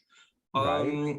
I think Ding's got to be the favorite, and I think especially like if you think about who can really dethrone Magnus, I think it can only be Ali Reza probably, especially given the fact that the World Championship match will be 1 year further, like will be 1 year in the future. Right. Well, it's funny. Just the names you mentioned there, Ding Liren and Ali Reza, I think that they will be great challengers. And well, color me wrong, because I actually thought that Nepo was going to be a great challenger, and he was for 5 games. I mean, that marathon game that he lost seemed to just end the match for him. Like, he never recovered from that match, and it was like the match had two parts to it. You know, the first half that was really competitive, and the second, which was just, you know, Magnus destroying his opponent. By the way, I think that the advantage has turned once again in this game, and now Hikaru, I think, is just close to winning. This move, Bishop D6, I think has been missed by Jeffrey, and Black's pawns are just getting eaten. He's being eaten alive, if you will. Yeah, Hikaru picking up one pawn after another, and now he can start pushing the A-pawn. So Jeffrey just resigns. I think Jeffrey probably would have played on as pretty much anyone else, but he figured like, okay, Hikaru's just gonna win here. Yeah, two pawns. But Jeffrey actually had a very good position. I'm not exactly sure where he went wrong, but he never recovered once it was Hikaru's game. Any other games going on, Benjamin? Yeah, we have the game here between Paravian and Darius Sweers. Oh, yes. Where Black might be a little bit better, but question is how. You can take on C3, but then White takes his bishop over here, perhaps knight B1, but still A4, and White defends everything, I guess. Maybe a quick king D6, bring the king on the board. Yeah, feels more like a draw, frankly. King D6 is going to be met by Bishop E8 when it lands there. Now, on the other hand, Knight B1, A4, you have forced. Sweers up 1.5 minutes. Perhaps he can try to use that as a fit, but I don't see how, to be honest, because his knight is also a little bit trapped with the king coming to the center, and D6 bishop E8 just seems to be a repetition. Exactly. Knight B1, A4, knight D2, bishop to D5, and the desirable king D6, well, it hangs the F7 pawn. So it might just be a draw. I think so, yeah. Yeah, king E3. You don't want to get into one of those situations where the table turns, right? And the table can turn very quickly. You put the white king anywhere near the C4 square, and suddenly Black is playing for the draw. So if there's something, it's now. Right. And you got to see if it exists. If it doesn't exist, well, and it looks like the players have made a draw. Yeah, a bit disappointing for Sweers. I'm sure that he wanted to put that 1.5 minute time advantage to work, but it just didn't really seem to be in the position. Right. But let's see, there must still be a couple games going on.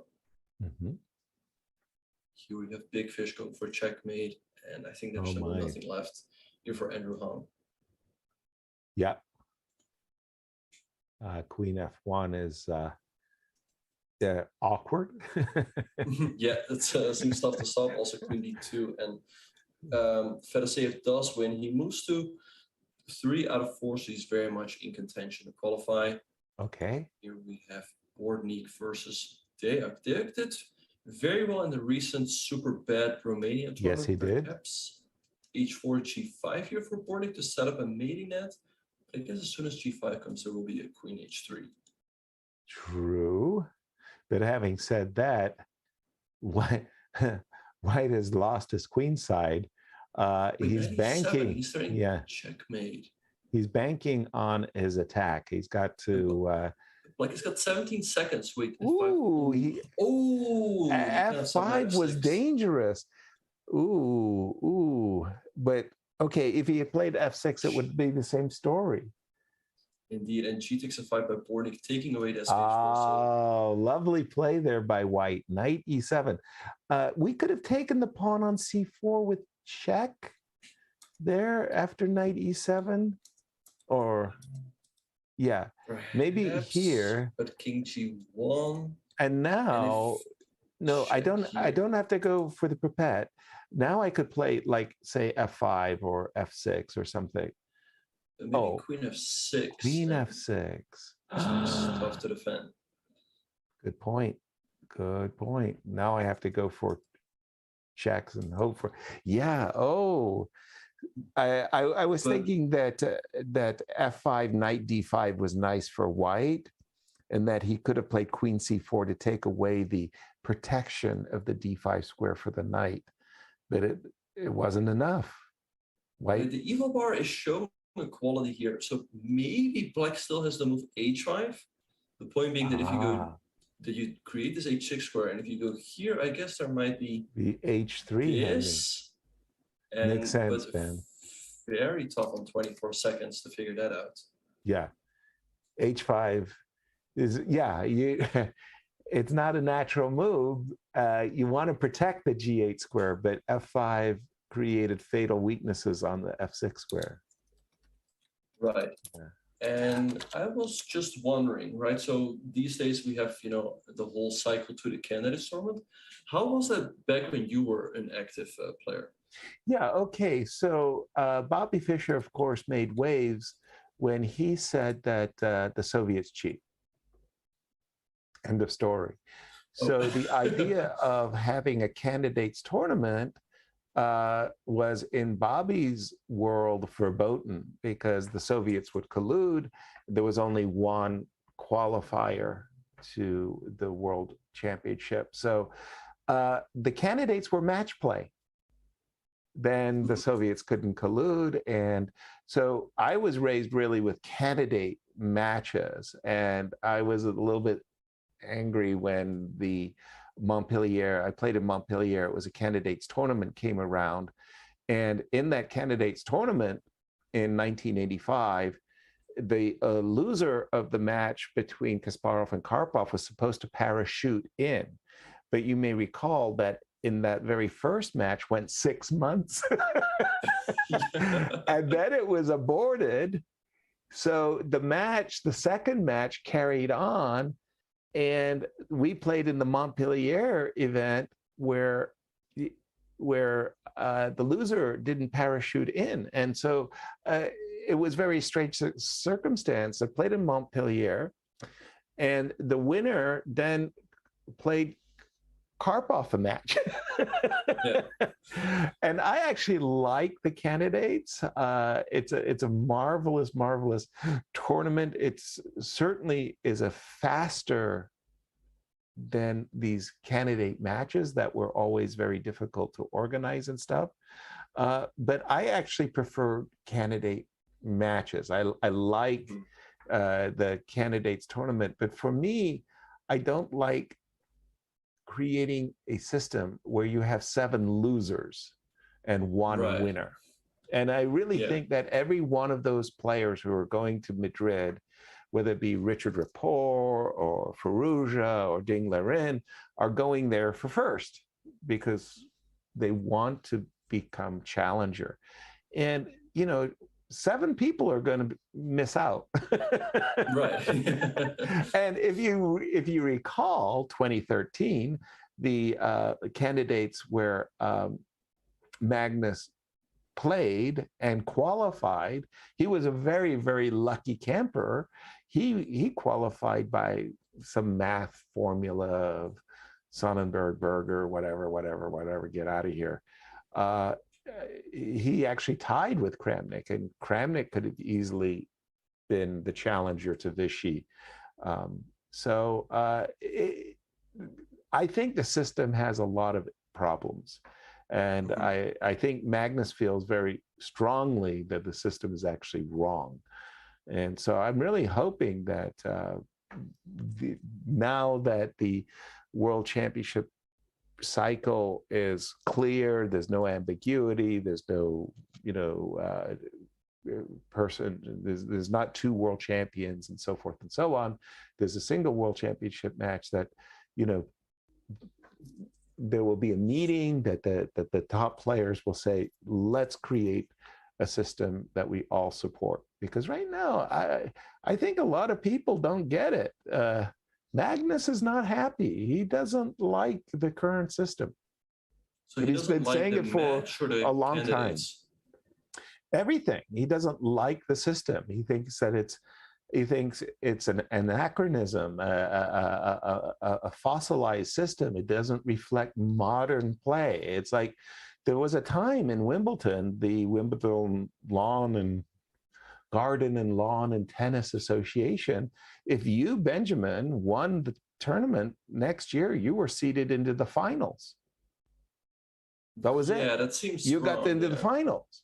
And Magnus is sitting there saying, hey, man, whatever your sport is, whether it's basketball, baseball, football, you're not seeded into the finals. There's a season, there's a playoff, there's the championship. And you look at Magnus, who is playing in the Magnus Carlsen online events, he's not seeded into the finals. He doesn't like going into the finals without earning his place. And from that perspective, I'd really admire that, he's willing to put it out there and say, hey, man, I should qualify just as Benjamin or Yasser or Fabi has to qualify. Yeah, it's very courageous indeed that he's sort of, he wants to change the system, even though it would not be to his own benefit. Precisely. Courageous is a wonderful word. And in Magnus's case, think about the World Cup. Specifically the 128 player knockout, although it may be more than that. It might be a 200 player knockout in the near future.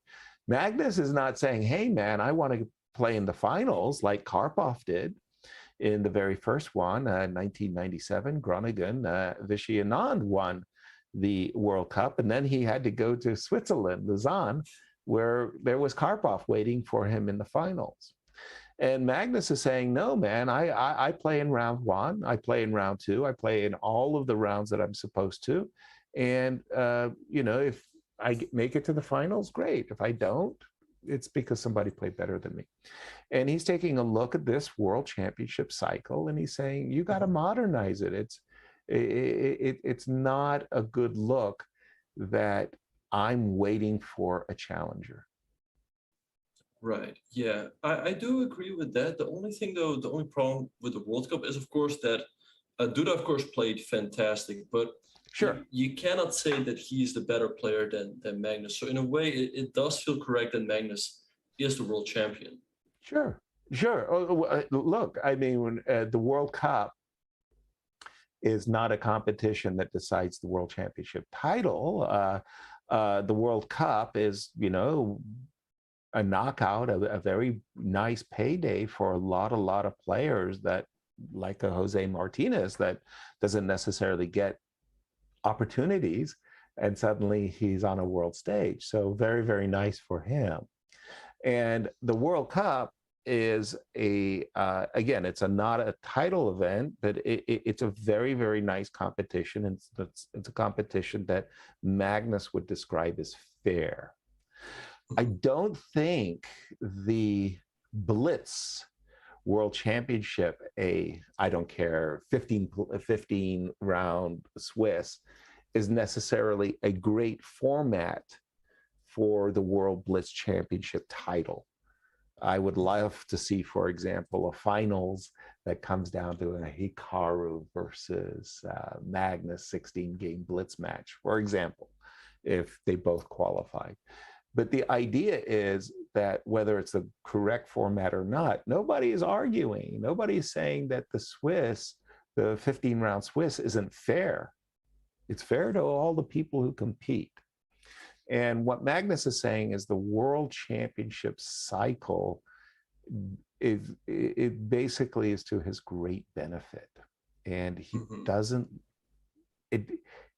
his own sense of right and wrong, you know, like, remember here, this is the guy who purposefully blundered his queen in 4 moves against Ding Liren to give back the point, because he got a point on a internet forfeit. And Magnus didn't like that. Magnus is like, hey man, I want to win fair and square, and I don't want to win on an internet forfeit. And he gives the point right back. That's, I mean, that is an extraordinary player. And, you know, you got to raise your hat and tip and say, wow, you know, we're lucky to have such a player as a world champion playing chess. And that perception, I want to say, is what carries Magnus in this whole discussion about what's fair in the world championship cycle, or in this case, what's not fair.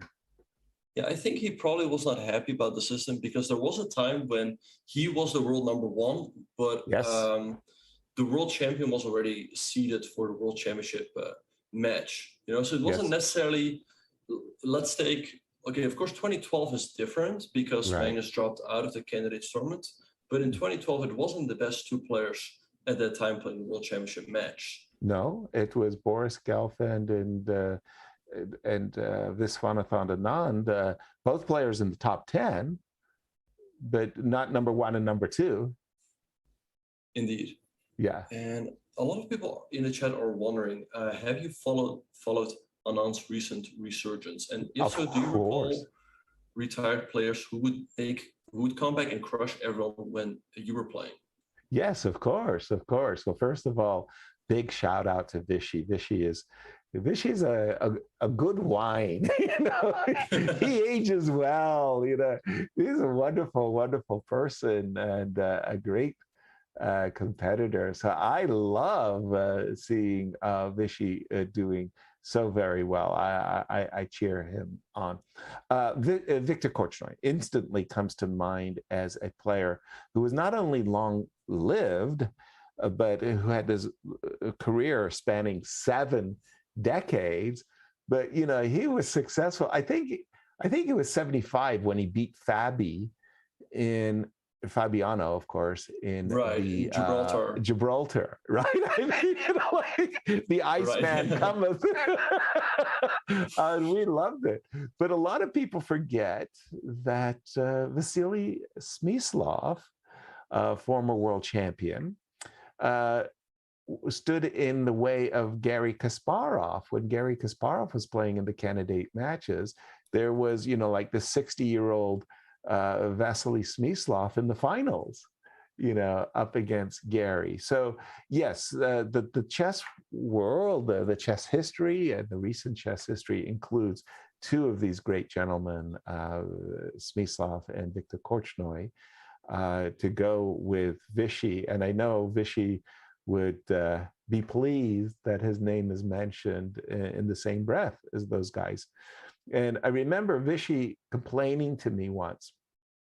Korchnoi had derided Vishy, insulted him in some marvelously wonderful way that only Viktor could. And, you know, like, you know, Vishy is like, what have I done to him? Why does he insult me? And I said, he insults you because you're good. if you weren't good, Vishy, he wouldn't even mention your name. And Vishy thought, oh, okay. That's why he's insulting. That's why he's insulting me. By the way, let's get back into this game, because we've just seen this huge move, c4, c3 by Black. And wait a minute, that could be a pass pawn. As soon as Black gets in b5, b4, that a pawn could march. What's going on? Did White blow it? It looked like it was just headed for a draw, but all of a sudden it looks pretty unpleasant to me, because Black is creating a potential passer on the queen side. And big time. Goes for this move f5, but does he really generate enough counterplay? Maybe Levon. Oh, f5 was a big blunder. If you recapture, there's queen f6. Exactly. You trade the queens and then b4. So exactly. Jose going here, but And now b4 again, right? Oh, he's setting up. Oh, f4. He wants to play queen. Yes, he wants to, and that took away that threat. But wait a minute, my spidey sense is tingling here. I think White's in big trouble. I think so too, yeah. But how do we make progress? I mean, maybe a move like h5 to maybe go h4 and then f4 could be an idea. It does feel like Jose is in some trouble here. Big time. Gosh, I think there should be just a knockout blow actually, but h5, I'm assuming h4. F4, I assume you've got to take it. Queen f5, and I've got ideas of queen h3 check, as well as oh, sorry, I was including h5 h4. Oh, my bad. No, it's okay. But as he played queen c5. I guess he might be looking at this or simply taking the a pawn. Correct. And it seems tough in the current position to come up with a move for White that doesn't ruin the position. It really feels very, very hard, in fact, to play such. And he found h4.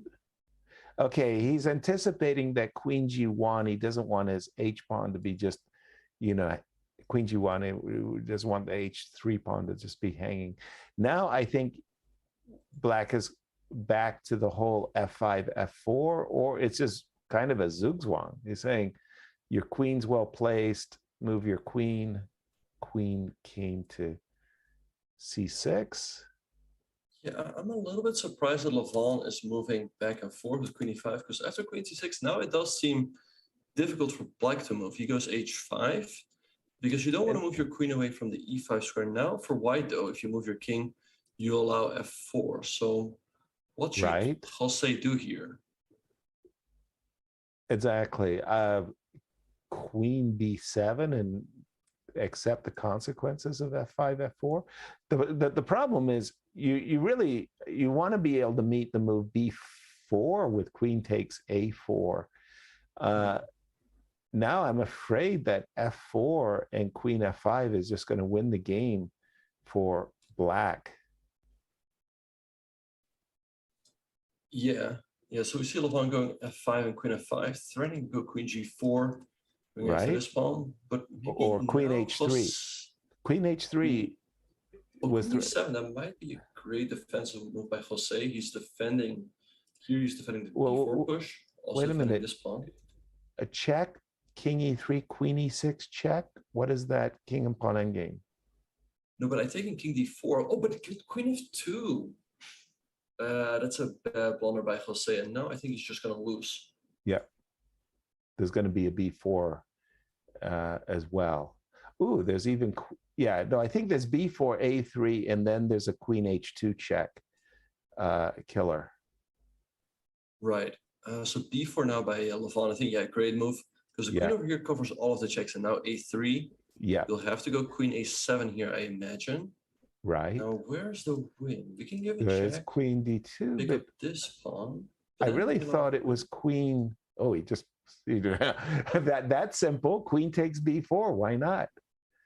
That also looks like a great queen move. g4 check. Check. Oh, yeah, that's game over. Yeah, nice. Unfortunate loss for Jose. It felt like they just got an equal position out of the opening around here. Maybe White was actually a little bit better if you go a couple of moves. Yeah, but he got slowly outplayed by Levon in the queen endgame. Yeah, I don't think his f5 was well timed, and then he just allowed Black to play c5, c4, c3, without, for example, playing b3 himself to stop that. And I was going to say I saw a camera shot of Alexandra Kostyniuk. Nice to see her playing in the competition. How are the ladies doing? Who are the top ladies? That is a good question. Perhaps we can have a quick I'm gonna have to look. close my curtains. I've got this sudden beautiful summer sun here in Hilversum. A big shout out from Holland to everybody as we're enjoying a really, really nice summer's day here. We've had a lot of rain recently, Benjamin. I know you're in St. Louis, so just want to tell you that lots of water. Right, yeah, no, nothing new. Nothing new. Sun, I guess. Exactly. Exactly. All right, but let's see. We have this game here between Big Fish and Paravel, 13 seconds. Well, how would this be viewed back in your day? People would be check and trade the rook, of course. Oh no! So people would be trade the rook here. furious. Yes. Yeah. There was a kind of a gentleman's sportive side. I mean, here, come on. I mean, the whole point of rapid chess is the clock is, it's a skill to get your opponent to lose on time. And unfortunately, watching a king and rook versus king and rook, a lot of people would have very hard feelings and they would last a long time. Yeah, but the question is Fedorsev going to pull off the flag? Because at some point the 50-move rule might also kick in. But I don't know if Paravel has made enough moves. It's going to be a close one. Oh, and it is a draw due to the 50 moves. Yeah. Wow, they're so good at playing fast, huh? Yeah, you just got to pre-move the rook close to your king, and that way you can get in a lot of moves. But it's always quite nerve-wracking when someone is going after you. Yep. Meantime, we have Raunak here. This is also coming down to a time scramble. Both players having 25-ish seconds, but I don't see how you can stop this pawn. D6, D7, you got to try something. But Black Queen's first, and gives a check. You can at the very least take here on C6. Right. And there's always, a block. But Queen B2 first might be better. Oh, wait, the evil bar dropped all the way. That was not the move. Oh, maybe he had some sort of stalemate, like sacrificing the rook and then sacking the queen. Oh, mad rook, mad queen. Nice. Here comes the H pawn. Raunak down in 9 seconds. Queen f6. H3. I think Black has got this one. 6 seconds for Raunak. And a completely lost position. Rook H5. Queen D2 is pretty much checkmate. Queen B4. Right. Exactly. Gonna decide the game, and Raunak flags. But just to wow. show it. Yeah, there was a maybe that just moment that it was just a window there that now White's king is stalemated.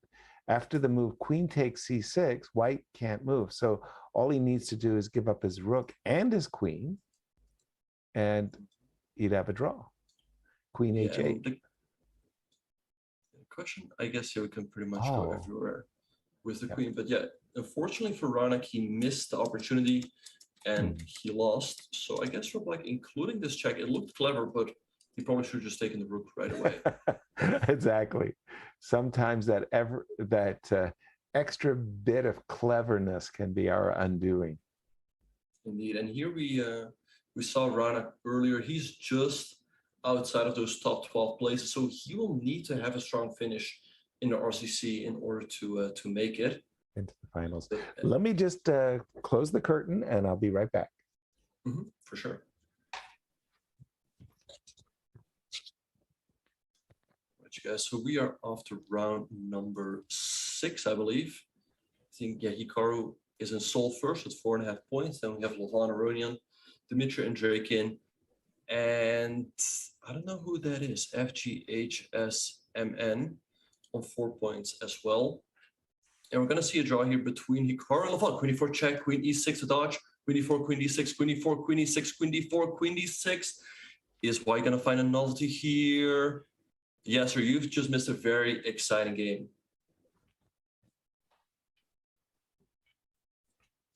Yes, sir, you've just missed a very exciting game. I think I've seen this movie before. Who was that between? Isn't this a novelty by Hikaru? Lovan and Hikaru, my gosh. Yeah, I mean, we used to have this Grandmaster draw. And there was quite a number of them that was perpetuals or repetition.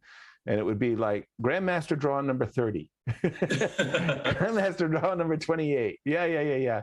And the Grandmasters, they had that in their repertoire, and they usually made those draws, strategically speaking, for the tournament, and so forth. And a lot of people don't realize this about Bobby Fischer, but take a look at Bobby Fischer's tournament results, and you see him having these massive scores, right? But he was like the Black Death against the second half of the field. Right. And against the first half of the field, you saw quite a number of draws.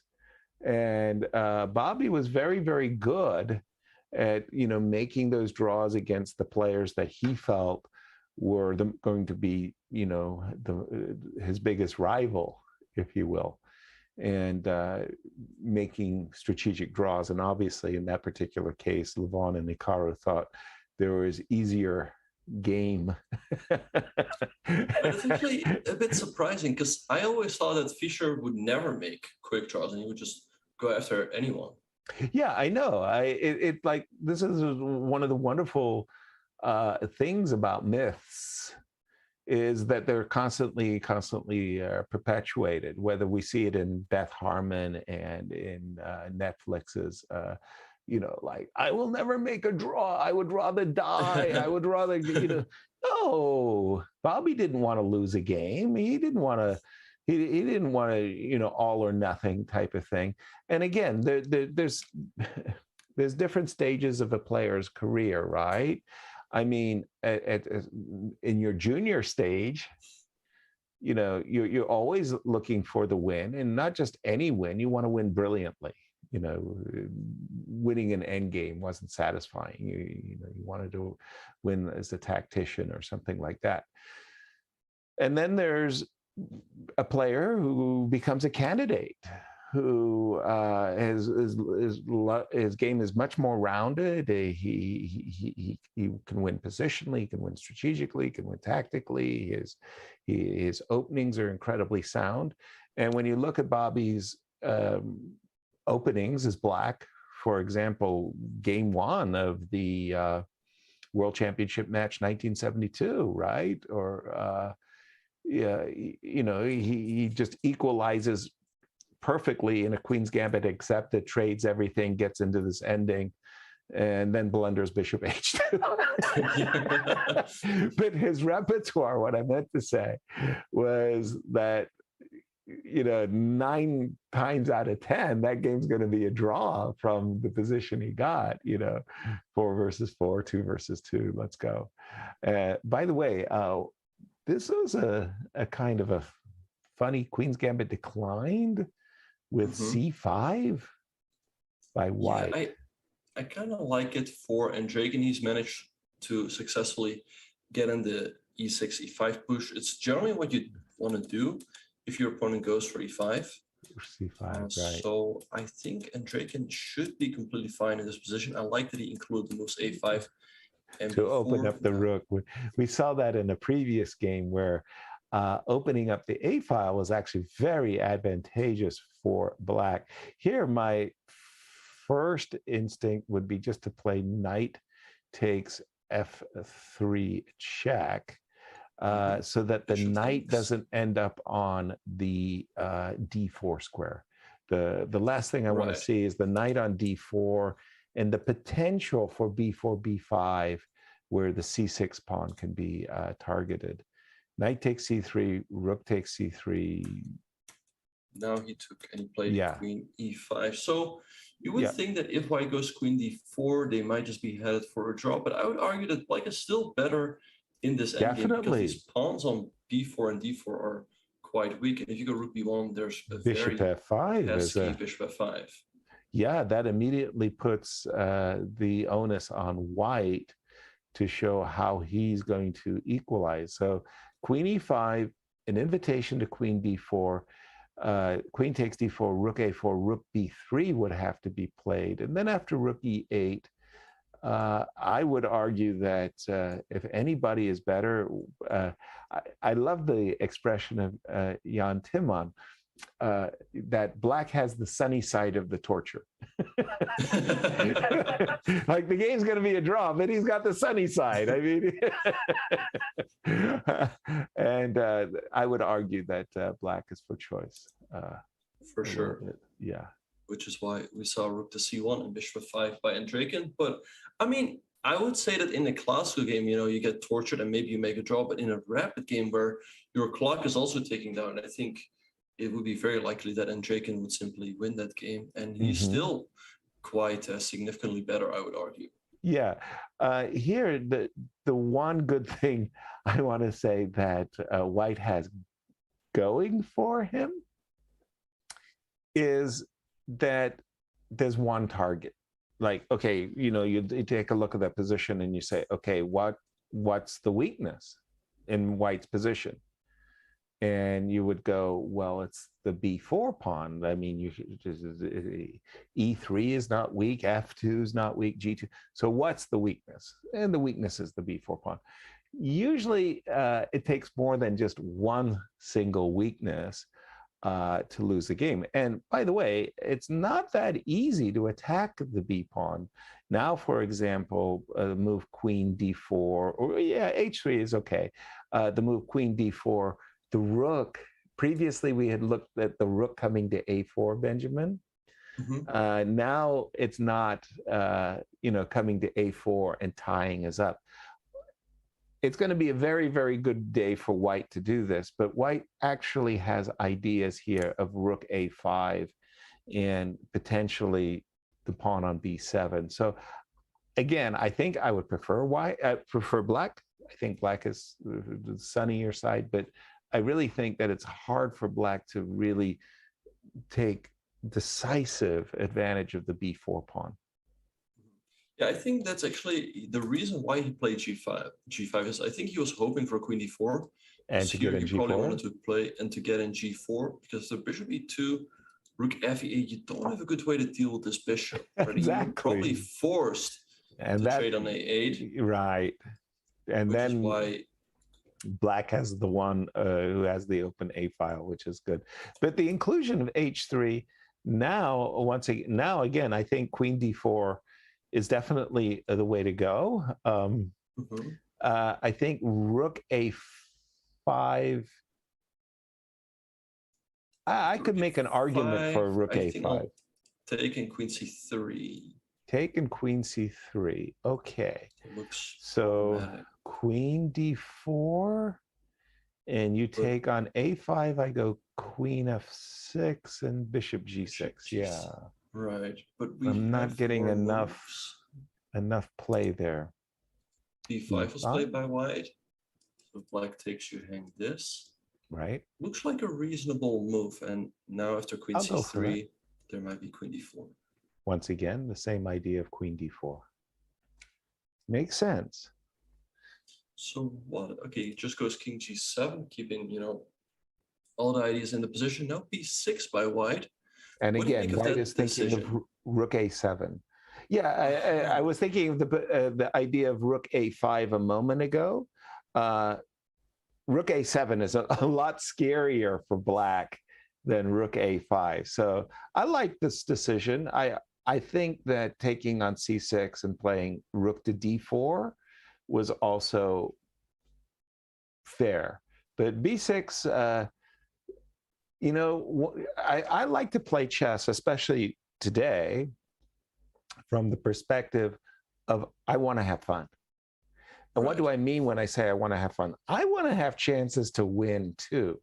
I don't want to just play some, you know, stinking defensive setup and proving that I can draw with White. When I play the move b6, I introduce the tickle. The tickle is that I might play rook a7 and I might actually end up with an advantage, right? So I like the move b6. I support that move. And here, what about rook a7?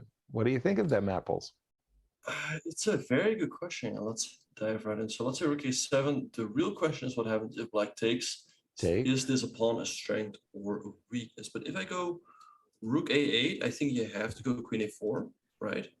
Queen a1 or queen a4, yeah. Or queen a1 also definitely an option. And after queen a4, what if I go queen c3 here?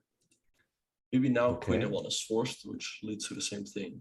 Yeah, same thing. And then I guess, so takes, king e5, I'm not totally sure, or king back.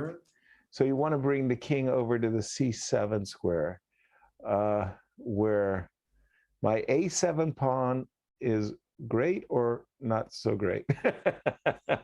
Yeah, I don't know. To me, it feels like more of a weakness because we have this very...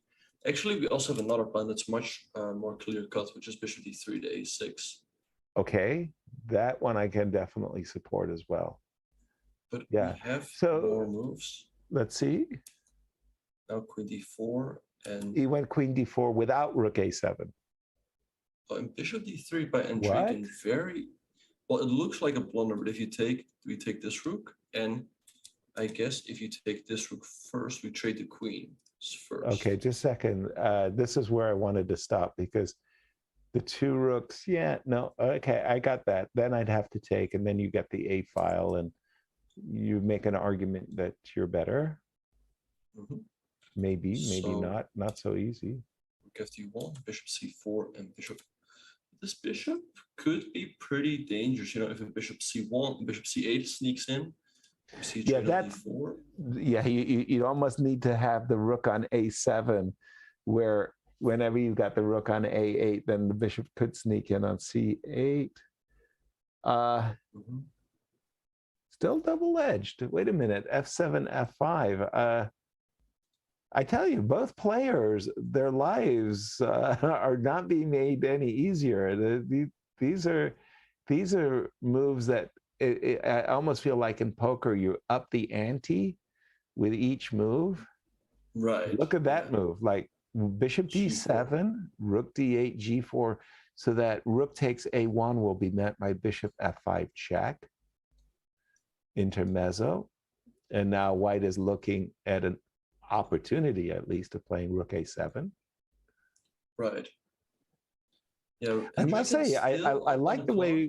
I like the way both players have played this game, but maybe even more so white.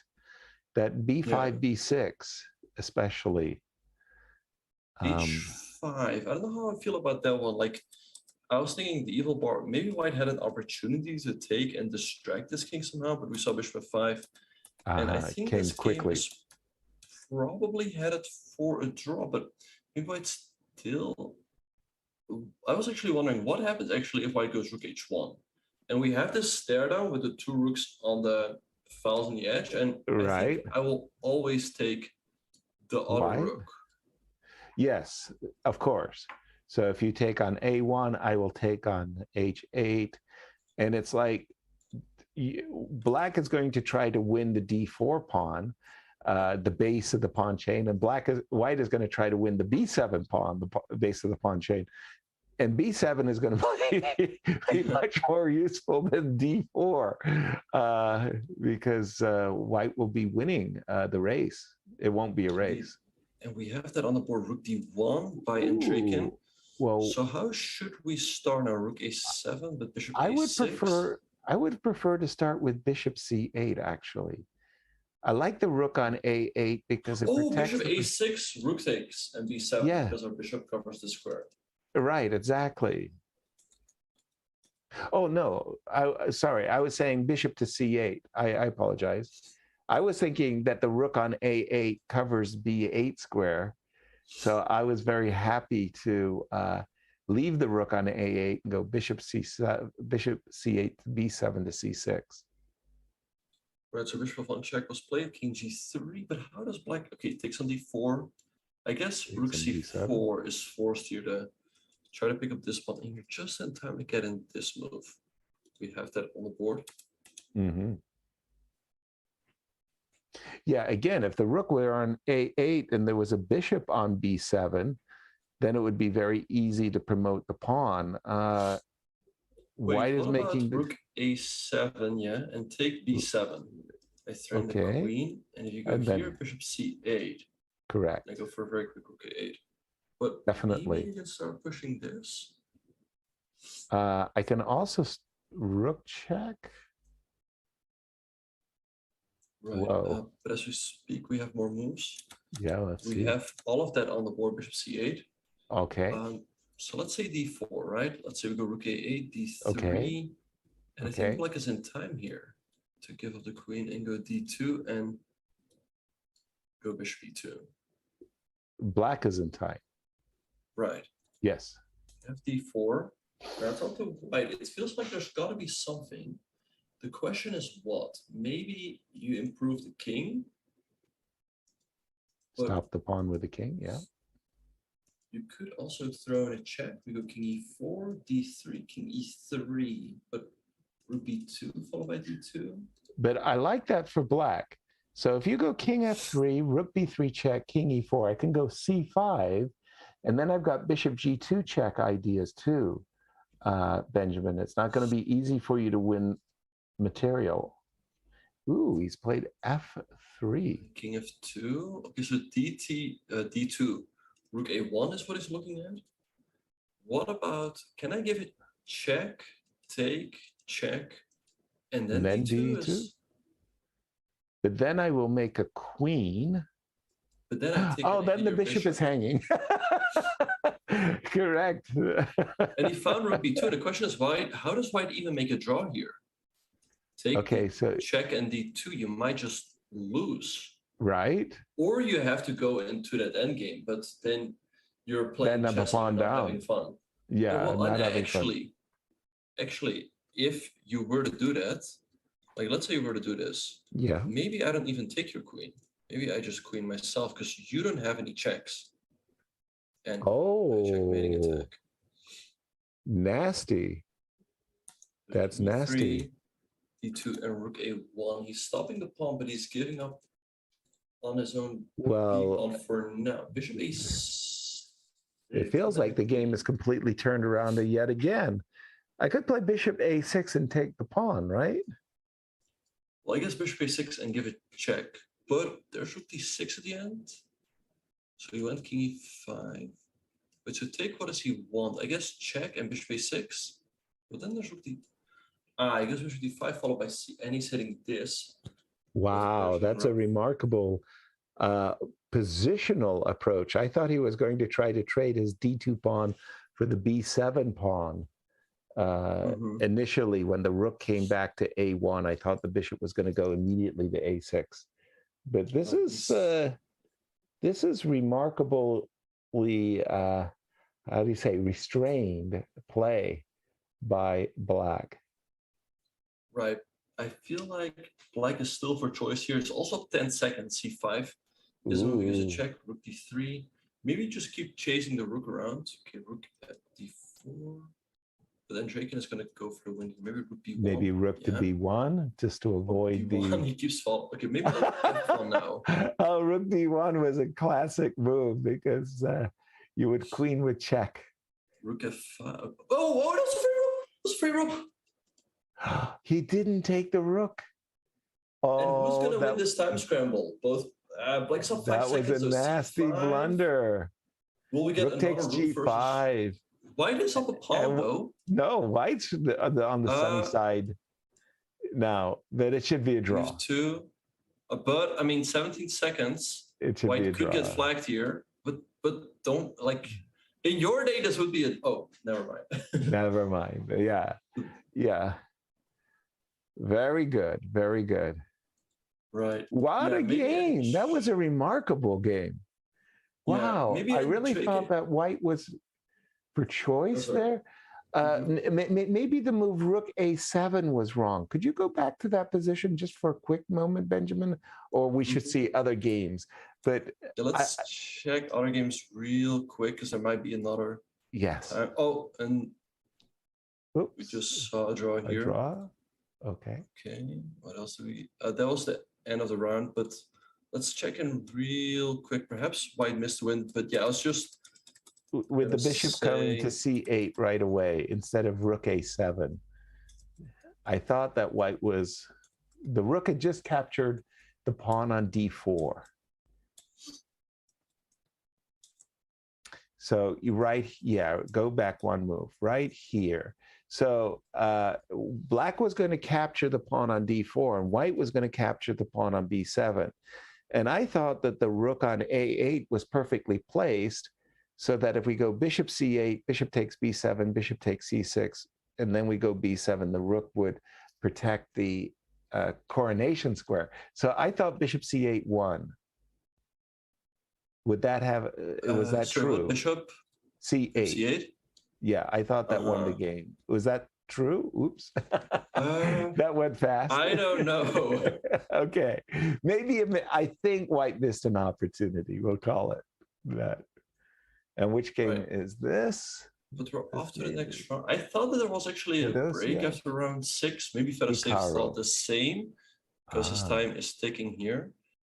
But yeah, we have this game. We also have the game between Baronian and Dropstone, which has just taken off. Okay. Let's see if Fedoshev is where. Still not there, down 30 seconds. Wow. And sometimes what you see in these matches is that the other player lets their time tick as well to even up the time. Okay, Magnus Carlsen sense of fair play. Right, but that's what Jose did in this game against Aronian, and he lost. So I don't know. I've been on the unfortunate side where I thought there was a break and my opponent would just play, so I wouldn't necessarily return the favor. Right. Right. But Fedoshev is still not there. Huge game, of course, too. Also, Benjamin, these players, we're in our 18th week. They've got a fair handling of themselves. They understand their opponents. I want to say that they're familiar with the games, with their opponents. Do you think, like that Grandmaster draw, there's gamesmanship that happens? Well, the game actually just ended in a draw. That's what we waited 1 minute and 40 seconds for. And there you have it. I mean, my life is now complete. That was it. That was great. That was great. You could argue that maybe Hikaru should have gone for the win, being up, already almost 2 minutes here. But he accepts the draw. I think Fedoshev can be relieved in a sense, Most definitely. I remember I played in a World Blitz in St. John's, New Brunswick. And the night before my match, the organizers had assured me that I was playing in the afternoon. And the first match in the early morning, I was playing Igor Ivanov, and I didn't know it. I got a call that you're playing Igor. And I was like, what? I'm playing him in the afternoon. No, your match is starting at like 9 o'clock. It was 9 o'clock. I rushed to the board, and it was a 5-minute game with no increment, of course. There was no Bobby Fischer time control. I was like 2 minutes down on the clock, man. That's tough. It's just tough. I got right out of bed. It was like, no, I was so I want to say frustrated. It's like, I don't mind playing in the mornings or afternoons or whatever. I just want to know when I'm supposed to play, right? So, and what is this one? This one is... Yeah, talking about time deficits, Paravian is already down 3 minutes, and he was at the start of the game. And it looks for black uncomfortable to defend this pawn on e5. Right. In 97, you block in your own bishop. You can go rook e8, but I guess king e2, followed by rook d1, or even a quick knight g5 jump could be considered. Exactly. I was thinking that rook e8, maybe knight g5. It's kind of funny to be attacking with your king on d1, but knight e5, knight g5 and f4.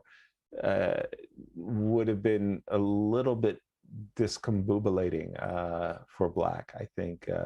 So knight d7, whether you liked it or not, I think that was necessary. White's having a nice time here. Right. But the threat to f7, I want to put it like that, is more handy than the threat to f2. White's king is actually well placed, and rook to d1 and bishop e3 even are easy moves for white. For sure, yeah. And here we see David Boravian. Right now, he's ranked number 6 in the RCC. He's got 38 points, so he's also looking very good to make it into the finals. Yeah. We have week 18 here, and there will be, I guess, 8 more weeks after this. I think it's 26 in total. But it looks like a tough position right now against Levon, and he's getting behind by 4 minutes on the clock. That's huge. Not a good recipe for success. No, that's a very, very bad sign. And he's played rook e8. It's like the combination of two awkward moves, knight d7 as well as rook e8. A little bit surprised there that knight g5, rook e7 wasn't included. I would like, if I'm white, to lure the black rook to the e7 square. And the reason is because then the knight, anytime the knight moves, there's rook d8 check. G4 looks like a nice move too. This is not comfortable, but black has not reached a comfortable equality. Definitely not. Yeah, I like the move g4 by Levon. He's ready to go g5 and blast open the king side. So maybe knight f8 is the move David should play. And now after g5, perhaps just a5, keep h5, keeping everything closed. Because our knight is coming to g6 and we hit the pawn on h3 all of a sudden. H3 is indeed awkward, which means I'm not playing g5 right away. How about bishop e3? Bishop e3, I assume, king takes e3. And as white, I want to play rook to d6 ASAP. Yeah, I like that plan a lot. And for black, it's very uncomfortable that you cannot get in the move f6 easily. Right. And so perhaps you should consider bishop e6 to get in some trades. But even here, you know, it feels like white should be a tiny bit better. Maybe we just double up the rooks. Yeah, nice point here. And you played rook d3, and I think it's fine. Nice point there that the rook controls the d file. Maybe you want to play rook a3. Same idea of doubling up, but at least in this case, when you play rook to b3, you haven't given up the d file. Just a nice little giving yourself, as my friend John Henderson likes to say, the added option. You get the bonus. You get a bonus. Right. You're doubling your rooks on the d file. You get the bonus of rook b3. And we have exactly that on the board, bishop e3. So perhaps, maybe, I don't know if g4 was the move for Levon. Perhaps it was fine. But yeah, it looks like white is definitely better. What he could also consider, but this might be a bit too clever, is rook a3 right away. But then black could go f6 and recapture with the knight. And that's nice for black. Right. So I do think we got to take, because then if knight takes, black is hanging this pawn. And that's important. But the question is if black has something here. Knight c5, f4, f6 kind of ideas? Yeah, I think that answers the question, yeah. Not knight here, because then f4 would be annoying. But knight c5, yeah. So maybe knight takes solves all of black's problems, yeah. Because rook e7. Well, whatever black is doing, he's got to do it before white, gets his grip on the d. I mean, you give white rook d6 and rook d1, and it's, I'll sign the death certificate. Right. You're not getting out of that. It's too late. It's gone. So I think bishop e6 is now or never. Yeah, but look at the clock. He's down to 3 minutes and 40 seconds. He definitely has to speed up. 7.5, yeah. Levon still way up on the clock. Rook a3. You mentioned rook a3, but then you said f6. I like your move, Benjamin. f6 a lot. Mm-hmm. Maybe I think that was maybe a miscue, rook a3, bishop e6, rook e6, rook a3 looks better. Yeah, maybe what white has to try to do is get a knight on f5, so knight h4 right away could be a move, or h4, h5, and then swing the knight to the f5 square. I like h4, h5 a lot. The other purposeful square beside f5, of course, is c4. But when you go knight to d2 to c4, you're kind of you're blocking the d file. And look at this, rook d8. Another reason why bishop takes e6, rook takes e6 was a superior choice. Yeah. And we have rook d3 by Levon, so I guess he doesn't mind this trade. He could potentially use this pawn to get an imbalance in the pawn d4, structure. yeah, true. But once again, the real problem for Baragan is the time. It's right. Looking really tough for 3 minutes. Maybe now knight f5. By the way, beautiful move, rook b6. If rook a6, pardon me. If black isn't, if black could get in rook b6, holy smokes, he could turn the tables. Yeah, for sure. So let's see what Levon can do in the meantime. Somehow I feel like Levon has let what advantage he had has slipped away. I think rook a6 was a great move, a great move. Yeah, I like it a lot, yeah. Wow. The desirable bishop e6, knight e6, rook b3 is met instantly by knight c5, and black is a happy camper. The knight is suddenly doing wonderful things. So that is not the road for white to take. Yeah, so let's see what Levon is going to come up with. Perhaps a move like d4 can be considered. So if rook b6, we have d5.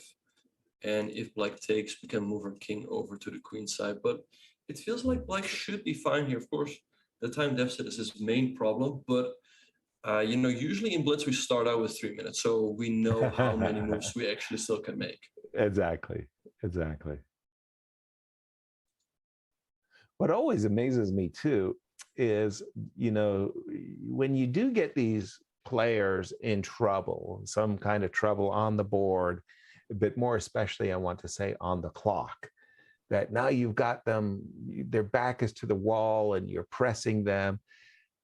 And then a guy like Grishuk just plays every move with no time perfectly well. You lose your advantage, you squander your time edge, and you think to yourself, how the heck did he do that? You know, I don't know. Did you see the game yesterday between Mamedyarov and Rajabov? I did not. In Norway? Yeah, because Mamedyarov had a huge attack. He was up an enormous amount of time on the clock. And then precisely that happened. Mamedyarov had a lot of good moves under time pressure. And eventually, you know, Mamedyarov also got down on the clock and he ended up offering a draw. Yeah, and you know, black was playing a la tempo the whole way through, right? Like all of his moves were like really easy, and you're like, how do these guys do that? By the way, the move bishop to d1 is followed by b3 is a clear indication that Levon had gone off the rails, and I don't think knight c5 encouraging d4 was the way that black could have gone there. Black could have played the move c6, c5, and white would have been pressed, let's say. But now, after this move d4, I think white's back in the game. Although, just a second, how does it go? I take on d4, knight takes d4. I move my bishop. Ooh, he's invited d5.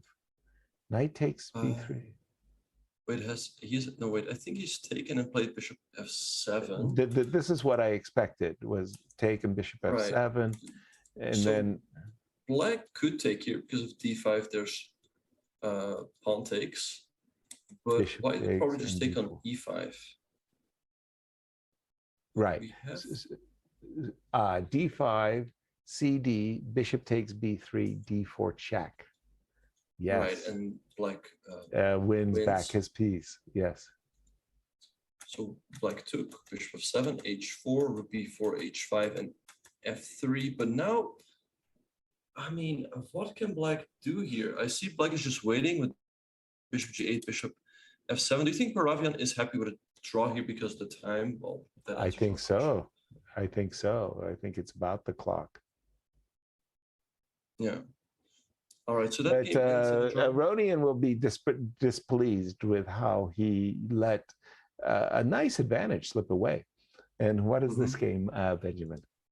Yeah, so we have Draken here against Clementi C. Chev. We haven't seen a whole lot from the black player in this tournament, but it looks like he has a great position against Draken. What does white do here? If this bishop ever lands on this long, I don't know why this checkmated. White just down an exchange and a pawn. Correct. And bishop check. I'm assuming king f8, king h8. Okay, a little surprise for me. What am I supposed to do? I mean, I gotta win back this pawn on c3 before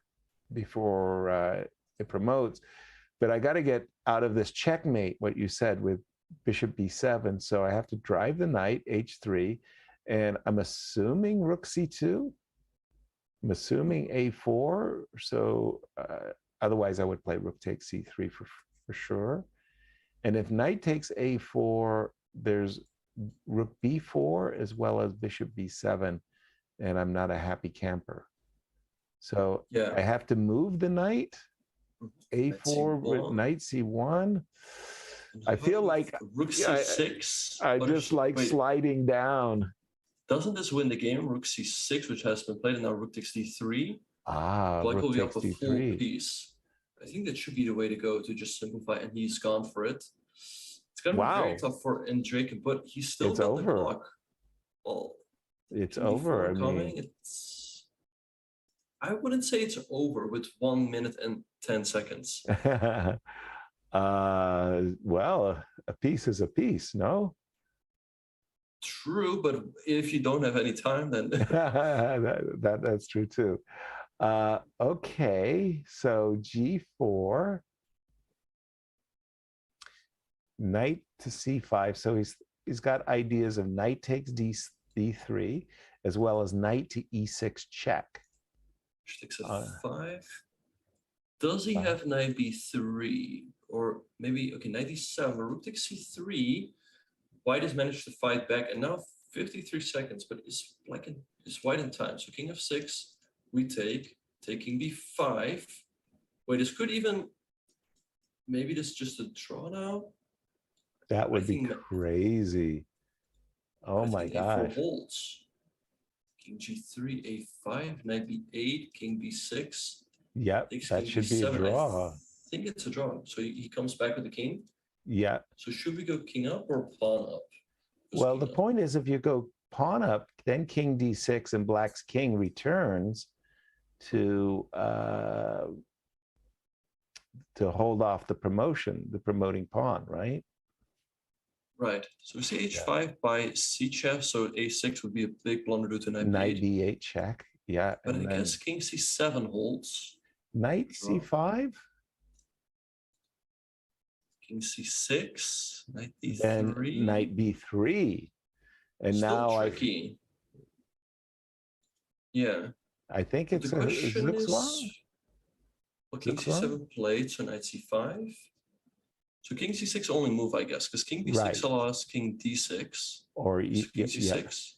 Because knight a6, but now king b6. I was expecting knight d3. Okay, but I think it's the same thing. He's b4. Right. King b5, knight d5.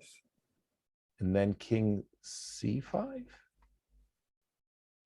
I don't think you want to play king c6. Oh, you still have king c5.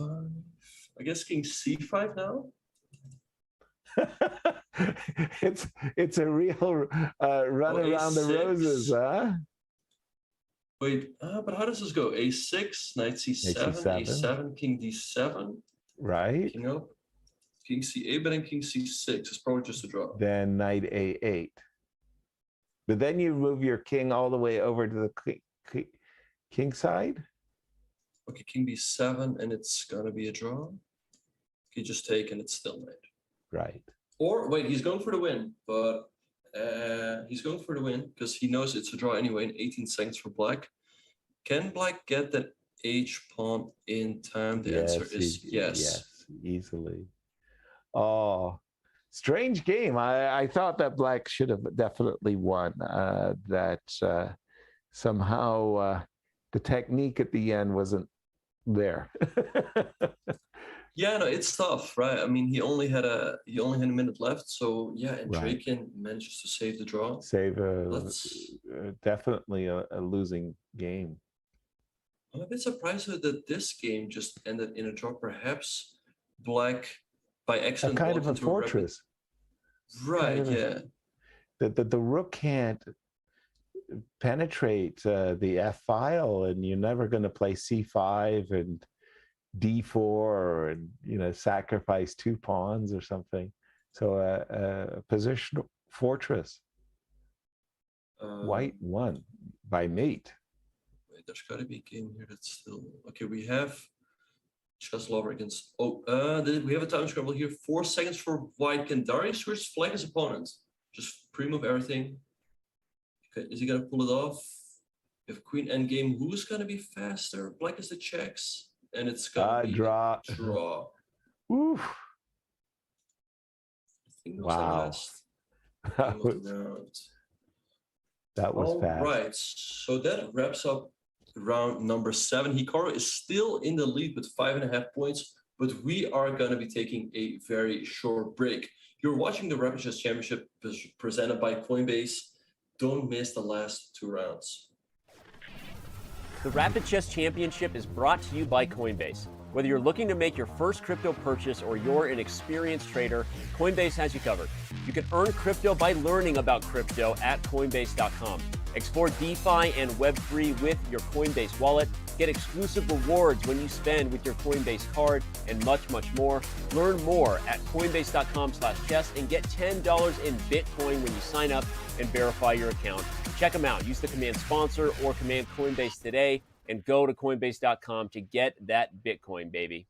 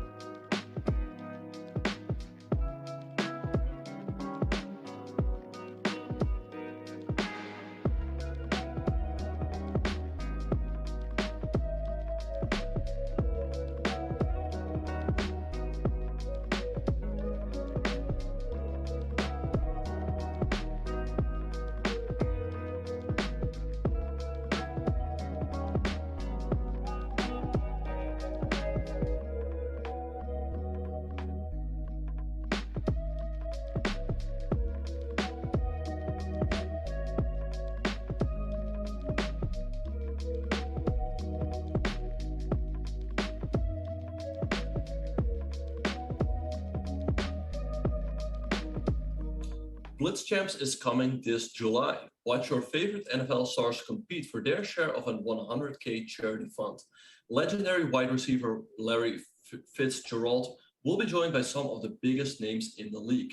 Catch Cleveland Browns receiver Amari Cooper, Dallas Cowboys linebacker Micah Parsons, top 5 draft pick Kayvon Thibodeau, and others. It all goes down on July 9th and 10th right here on chess.com.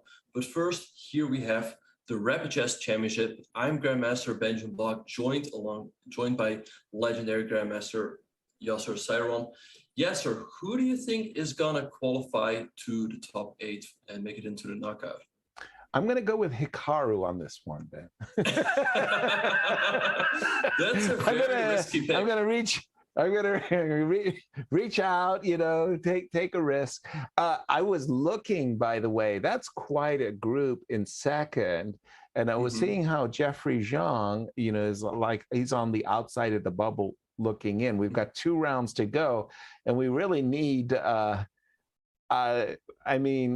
people who are in second place need a win and a draw, I think, to really secure. And not everybody's going to get it. You got to like the rating favorites. I would say that Levon also, he's remarkably consistent. Although that last game that he played, he really let, I think, a very big advantage slip. As we were on break, Benjamin, a question in chat didn't get asked, and the question was, a lot of players have other interests, whether they play poker or they play Hearthstone video games. And I remember one particular was at the World Championship Blitz match. They were having the award ceremony, and Vasily Ivanchuk was playing drafts. That's the 10x10 checkers. For those of you who don't know, it's checkers on a 10x10 board called drafts. And he was playing it, and he had a huge problem on the drafts board. He went and he was getting his ceremony, and he was just kind of like rocking back and forth, and he was thinking, and he thought up a brilliant combination that worked in the drafts. And he won the game. So he immediately, and you could see that they've got it on a video. That but actually I was there. I was sitting next right to Vasily. He was playing that draws game against Jobava, and then the prize giving was going on, but we were all just so dived into the draws game. Then you were there, so you should tell the story. I was, well, but I couldn't see him on stage, but I was sitting there. We were watching that draws game between Ivanchuk and Jobava, and then all of a sudden, gold medal, Vasily Ivanchuk. So he runs up to the stage, and then he runs back. Jobava makes a move, and he's like, and he makes the winning move, sacrifice 1 stone, and he sacrifices another one, and then how it goes, right? You win all of the stones and make a queen in chess terms. King, yeah, he kinged it. You would call it a king in draws? Yeah.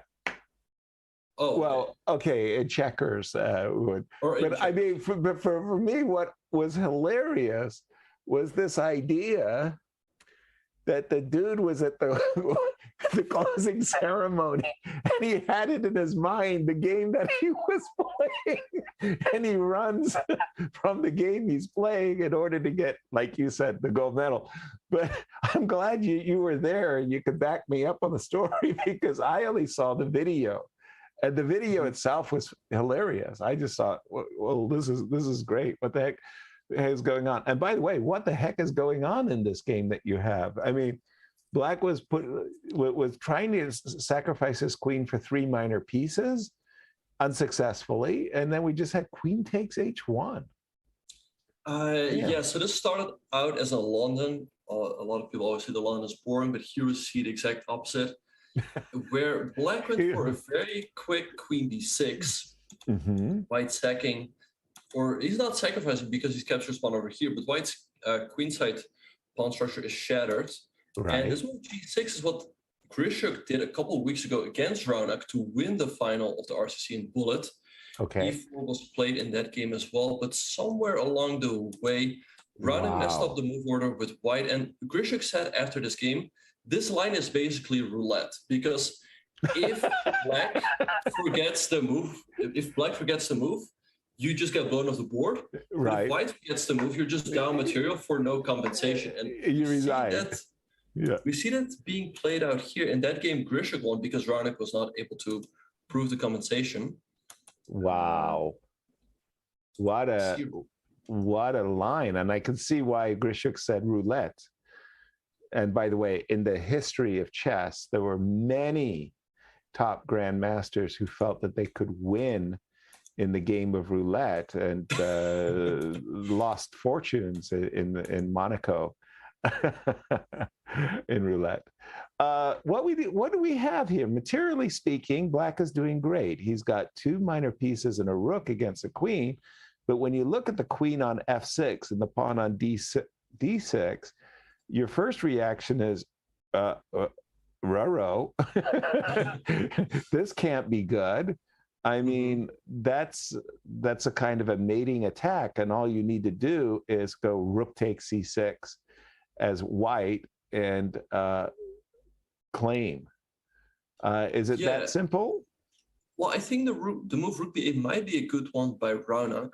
He's overprotecting his pawn on b7 so he can then move out his bishop, and maybe Hikaru is forced here to go rook e1 check.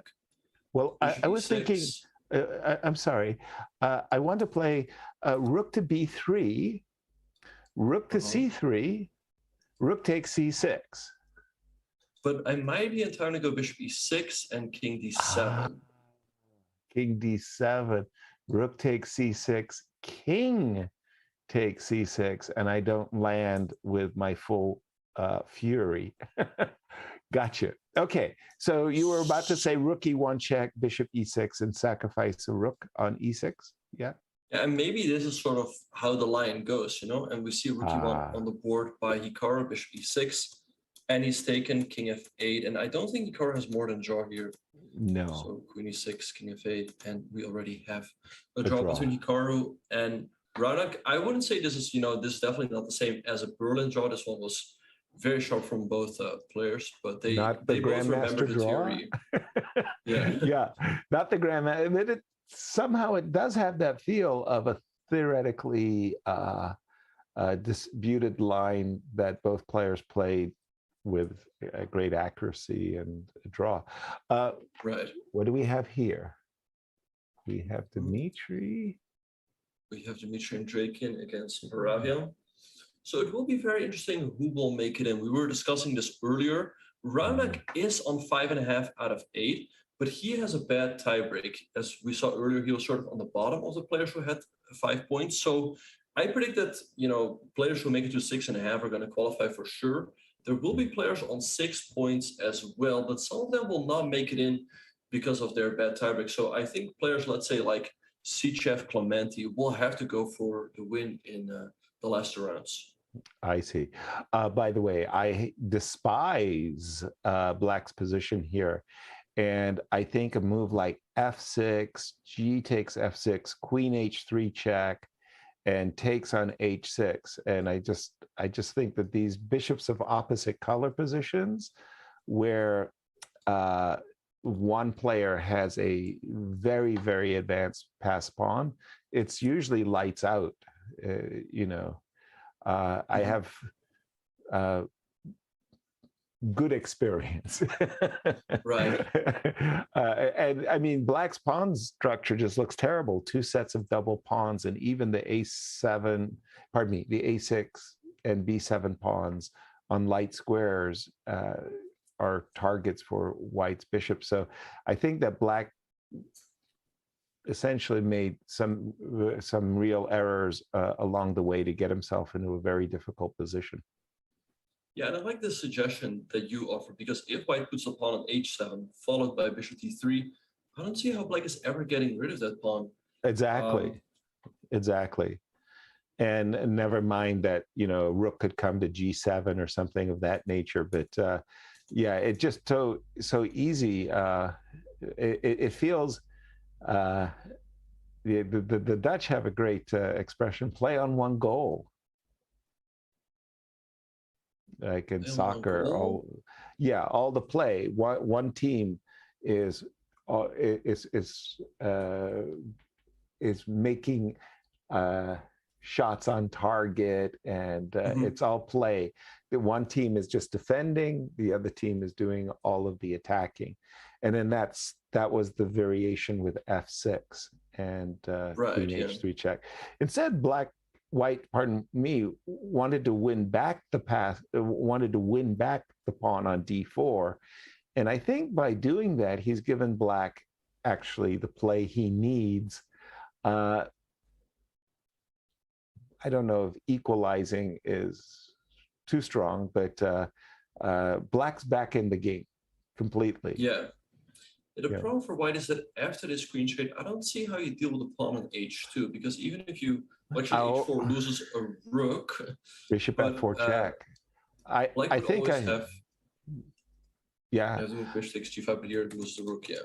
Yeah, I think I have to go bishop c4 here. Queen takes, pawn takes, bishop c4, and I think we're going to be trading down to some kind of drawn endgame very, very shortly.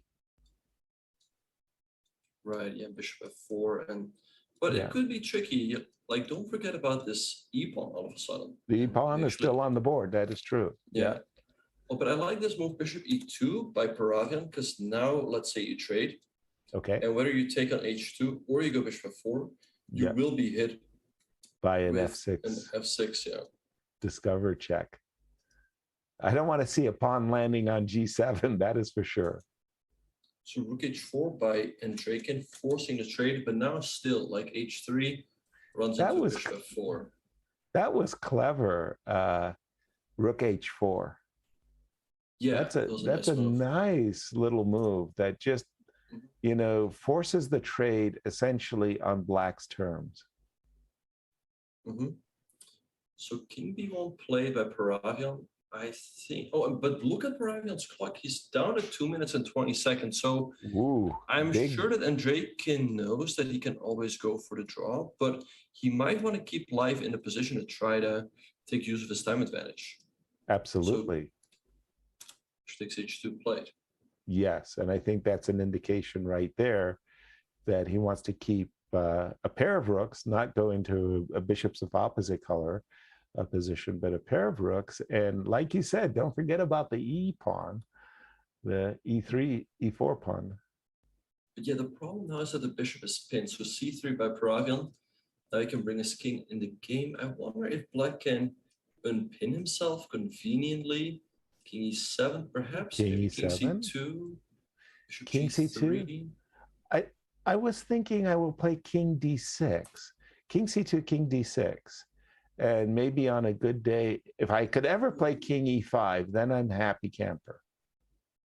Yeah, I like that suggestion. I think it's a great idea. Because even if, let's say, white gets bishop c4, right? Right. Let's say it would come down to something like this. Right. You can put your bishop on e6, but now the e-pawn is not really stopped anymore. So maybe you can come up with the king and try to push that pawn through. I like it. I like it. And again, it's the sunny side. Black is having the fun here. Yeah. Maybe it's still a lot of work ahead, but for choice, for sure. Yeah, and the move now that you mention it, is pretty odd from Paravian. Does the move f7, f6 have a sense? Because if I play f6 and you take, then I can play king takes and maybe win a tempo somehow. That would also make a lot of sense. Yeah, and then the g-pawn would start running. Exactly. So I guess you would have to meet that with the move g6. Right. But still, like king e6, king e5, it looks unpleasant to me, Yeah. Especially with the time. Okay. And bishop to g3. Ooh. He just traded down.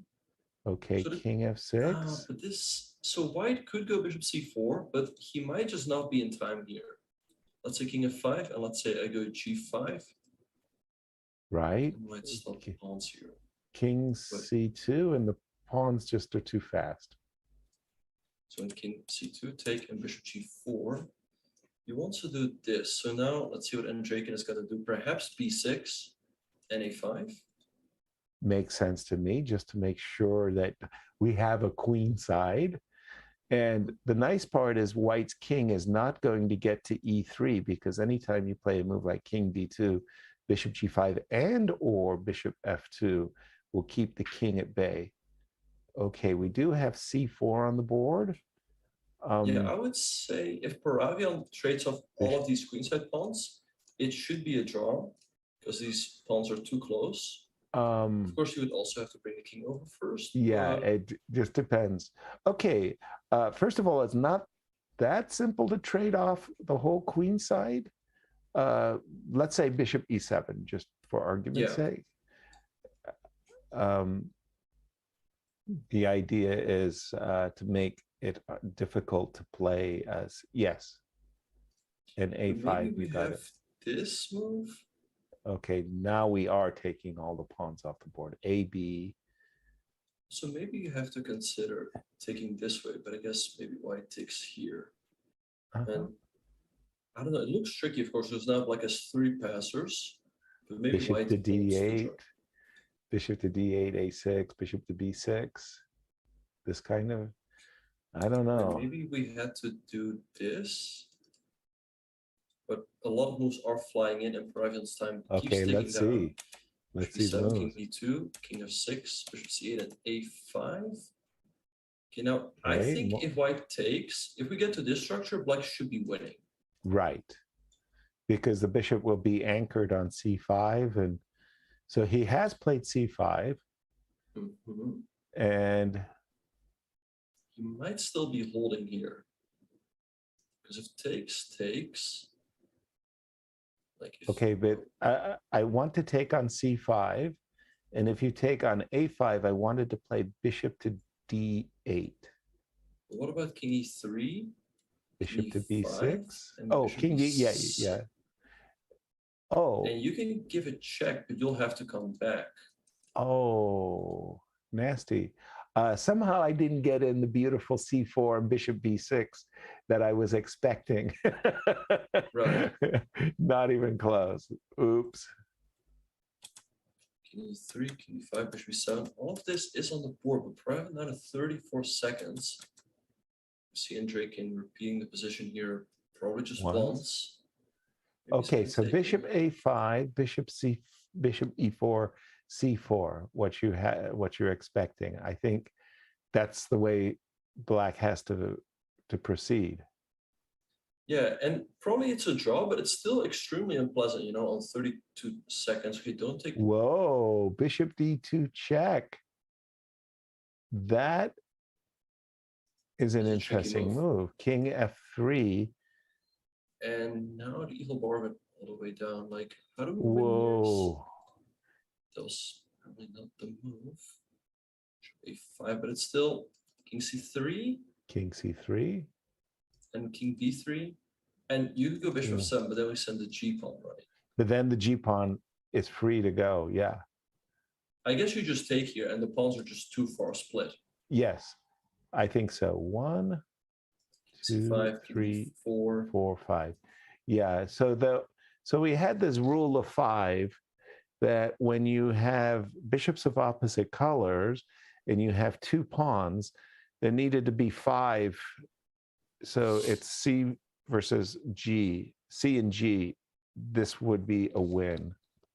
Yeah. Yeah. And the thing is, white, okay, I'm a little bit surprised by king b4, but the problem for white is basically that he's going to run into a Zugzwang. You go bishop okay, c3, king d1, king b2, and now... And you will have to release the g pawn. Yeah. Wait, doesn't Draken know that he's winning, or is he just trying to go for the flag? I think you can win it in a different way too. I think you could put the bishop on d4, the pawn on c3, and you can go king to g5 and escort the g pawn as well. Ooh, yeah. This should be winning as well. I mean, at the very least, because of the time. He's just got to avoid a 3-fold repetition, but king of 6, g5 now. Yeah. That resets the 50 moves too. King h4. Yeah. g4, and this, yeah, this got to be win. So bishop e4, move the king around, f4, and you have 3 seconds, and Draken is gonna win this game. G3. Huge win.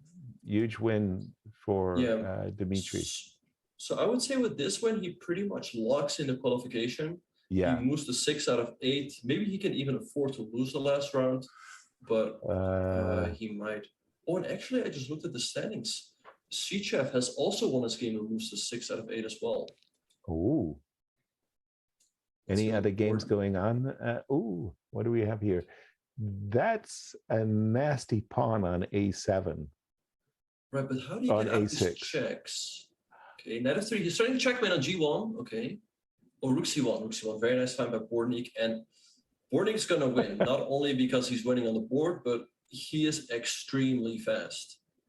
That knight G1 mate is quite a visual mate. That's not the usual kind of checkmating pattern that you're used to seeing. Oh, he moved his bishop and allowed the pawn to promote. Oops. Yeah, so Bornik moves to 5.5 out of 8. He's very much in contention, but might have to win the last round. At this point, I think, Hikaru and Draken and Sichev are probably going to make it, but all the others, it's still very unclear. It goes down to 10th place. Levon is in the mix. Oh, Levon, for him, probably a draw will be enough. But after that, it's like, I think Bornik might have to, play for the win in the last round, for example. I think that's the biggest challenge in the game of chess today, and it's been the case since chess, is winning on demand. And the players who can do that, I mean, Vladimir Kramnik beat Peter Leko on demand. Garry Kasparov beat Anatoly Karpov on demand, games 24, like these.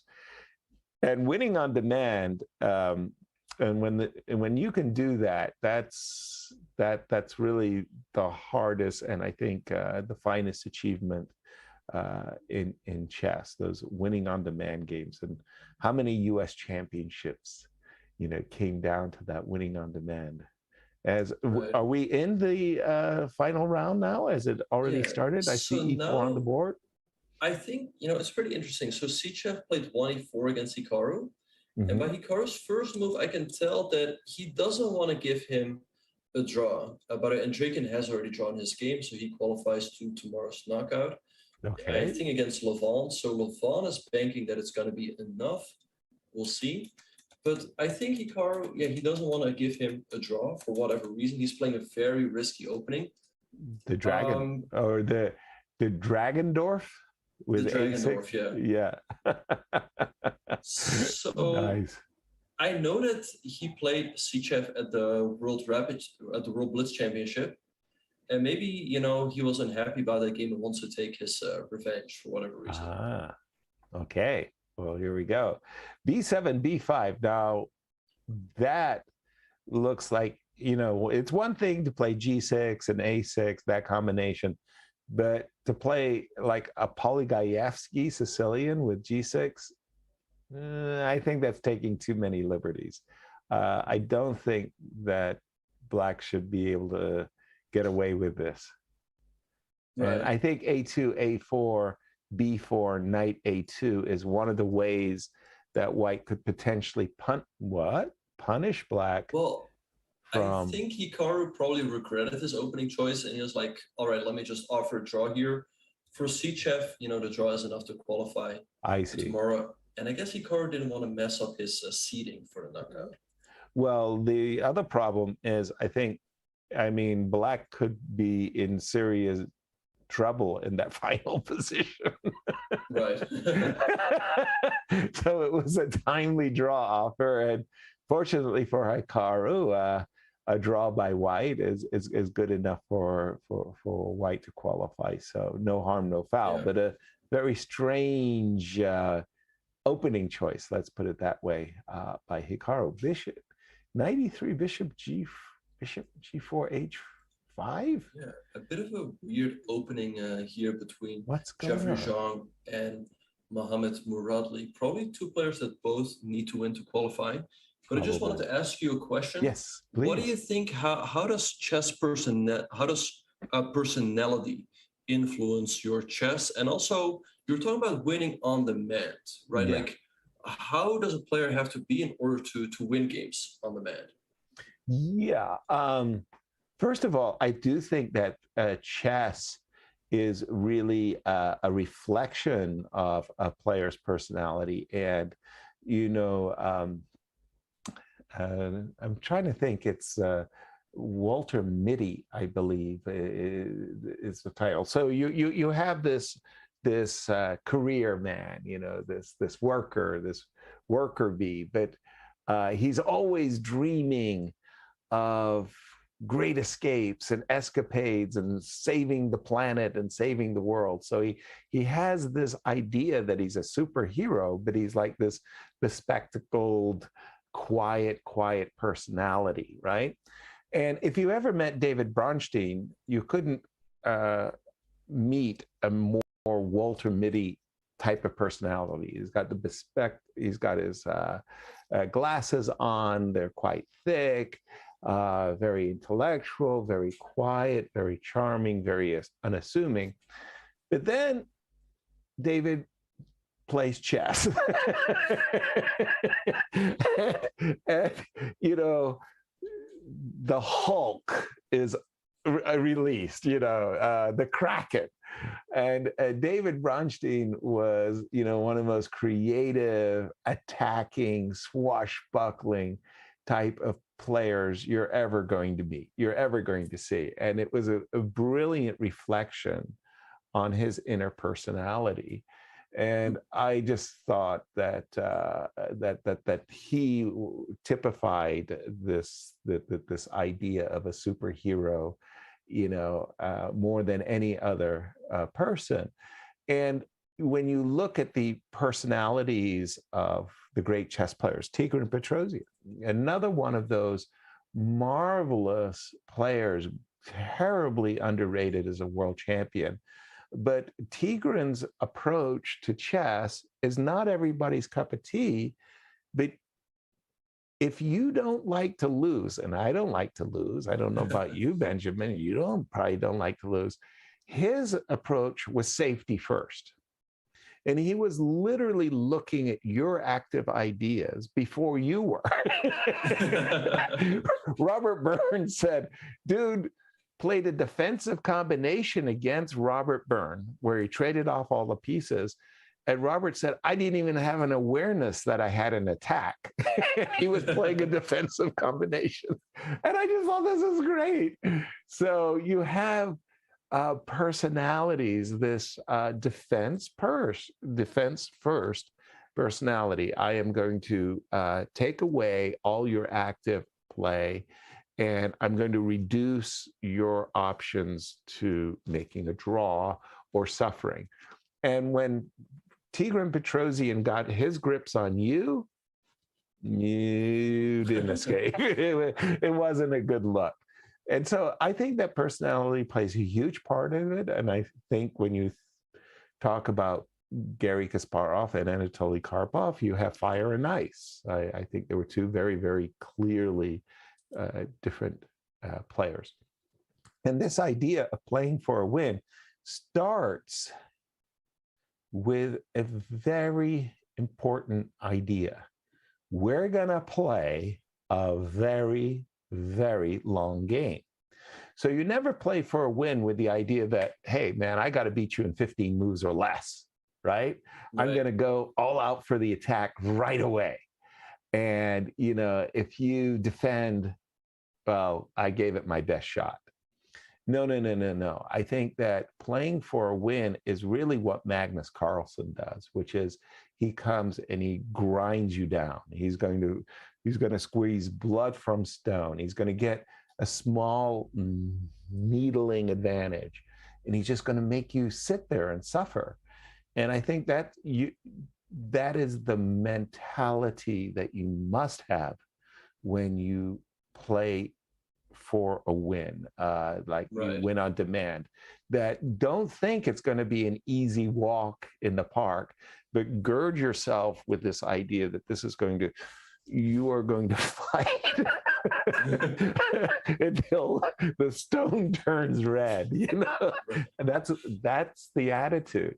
And when you have that attitude, it's something animalistic. It transfers across the board, right? It's sort of like you see that in boxers all the time.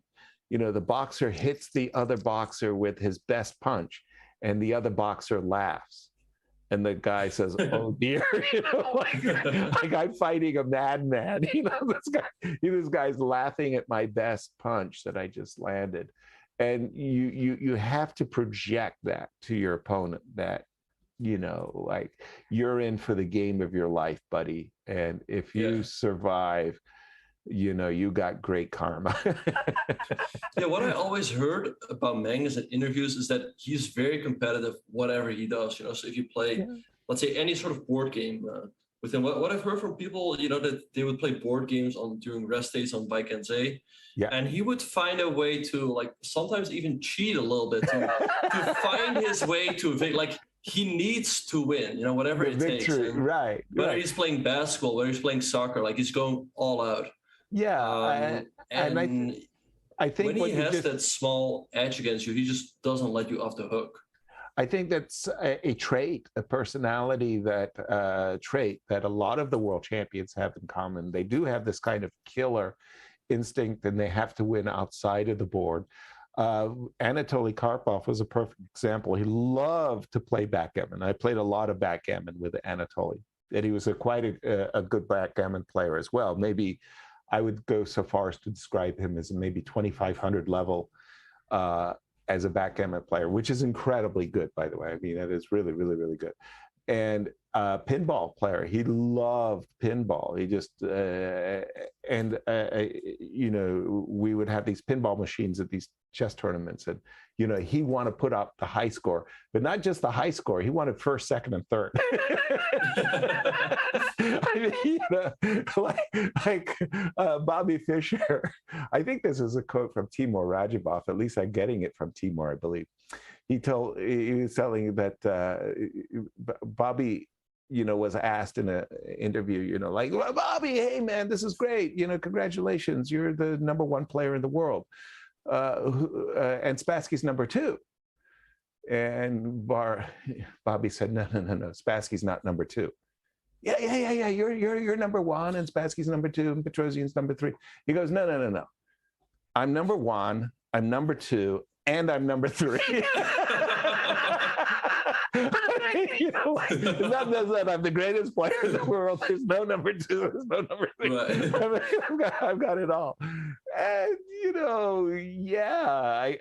I see the competitive side. I played poker with Magnus, and now I've even seen that he joined a poker tournament, and it was on the YouTube. Norwegian. Yeah. Yeah. So I mean, he's spreading his wings, and he's into the other competitive stuff. But I think that is a personality trait that a lot of the world champions, Kasparov, Karpov, have, of killer instinct of winning. The one player I didn't get that from was actually Vishy Anand, one of the most successful world champions ever. Vishy is just a very nice person. They always say, nice guys finish last. They didn't meet Vishy Anand. Vishy won, like, I don't know, 9 world championships when you count as junior titles and stuff, and Blitz and Rapids. He won like 5 FIDE championships. And he's a nice guy. Yeah. No. It's kind of funny. What's going on in this game, by the way? Suddenly, it was a bishops of opposite color and whites doing good. Why is this majority here on the king side? But the question is, can we really push it forward? But I like the move for d6. I like it over here. Well, it's not just that. It's the activity of the pieces, right? So the rook on e8, the rook on g6 are kind of not really doing that much. The bishop on g4, well, it's attacking, but once you play rook to d2 or maybe rook to d5, you could just say, what is your bishop doing? In the meanwhile, this bishop on b2, once you go, I don't know, bishop to e3, it's all white all day. And don't ever think of taking on d6. You take on d6, I'll take with the pawn, and I'll put the bishop on e5, and then I'll just be like killing it. Right, so we see rook ca by Michnik or by Sarana, and we actually have this game is pretty interesting for the standings because we see that Sarana has a good tiebreak. For him, probably a draw will be enough to qualify, but I don't see Shigurov anywhere in the top 8. So he probably needs to win here with white pieces to make it in. He goes e6. Ooh, what was that? You take with the bishop, there's a 5. But what if you take with the rook? Oh, I thought that, I think that was just rushed. I would much... Probably, but rook e7. Oh my gosh, I think I would have much preferred to play a quiet move. Just the bishop c3, intending to meet c4 with b4. E6, that's my pride and joy. Yeah. Ooh. So rook e7 is played here. I guess we take a rook g5, then maybe h5 takes king e6. Okay. Black should be fine there, I would think. Okay, but still more action for white. But yeah, I'm missing, I feel... I'm crying. I lost the e-pawn. Right. I mean, put my king on. I don't care. E3, C3. Give me that e-pawn. It would have been just so marvelous. Well, you've called it very well, Benjamin. H5, important move. And now, if black is in time for C4, I think all of his problems are behind him. I think so too. So let's see, rook g6 by Shigurov hitting this pawn over here. But I guess it's not easy to really drive the c pawn all the way home. And you know, a6. He takes with the rook. But what about rook takes a6 now? Does he want rook a4? But after rook b6, you're in for some suffering, I think. Or I would think so can too. we even consider trading? Or probably not. No. That should be a draw. Trades would be a draw, but rook a2, rook b5 is definite suffering. And yeah, no, I mean, then on a good day, you could even go king h2 to g3, and that's a beautiful square g5 for white king. This is going to be a very unpleasant defense, I think. I think so too, yeah. I mean, just king h2 followed by king g3, maybe f5, king f4, the right moment. Oh, that would be gorgeous. Dream come true to put the king on f4, pawn on f5. Then there'd be even mating attacks with rook b7 check to be considered. H4 played. We could go f5 here, because if you take, we take with a check. But bishop d4. I would think that, you know, especially from a practical standpoint, white should win this game. It looks extremely unpleasant to defend. Maybe f5 now. Yeah, but I was just thinking how important. I didn't see the move h4, but how important that was to keep the white king out of g3. But now you're losing that pawn. Well, yeah, it'll cost you, right? Right. Yeah, it's a pawn. White has two passers now. This reminds me of that endgame between MVL and Magnus. Where was that played? Oh, again, in Norway, in Norway. That's yeah, no matter with that. The other thing, I mean, as much as I do admire the players, and they're great, and I do admire them, I mean, the reality is players are lucky. I got to tell you, Magnus was so lucky in that game against MVL that he didn't lose that. Oh, jeez. And you see, how he won the Armageddon. That was insane. Also, but you see time and time again that the players create their luck, but they get lucky too. I mean, wow. Okay, f5, king g3 to f4. And if white can win this game, he will secure qualification? Indeed, yeah, I think so. In the meantime, by the way, Jeffrey Zhang has won his game. So he moves to 6.5 as well. So rook g5 from black here. He goes I would go h4, I guess. I guess h4 and king h3. Yeah. But yeah, I think now black is just Gonna but lose now slowly but surely. yeah, but now it feels like this should be almost a comfortable win, right? I think so too. Oh, that's a nice move. Threatening bishop here. Because king g8 and black is hanging on for now, but his defenses should collapse sooner or later. A little bit surprised by, yeah, because I was thinking when the bishop was on f3 and the rook was on g7, I was thinking that there was even a possibility to sneak in the move rook g5 and force a trade of the rooks at the worst possible time that you're going to get two connected pass pawns. He's got to be careful though not to walk into a threefold. Okay. How does white win here? True. The king is still stuck on g3. It's not on f4. Yeah. King f8.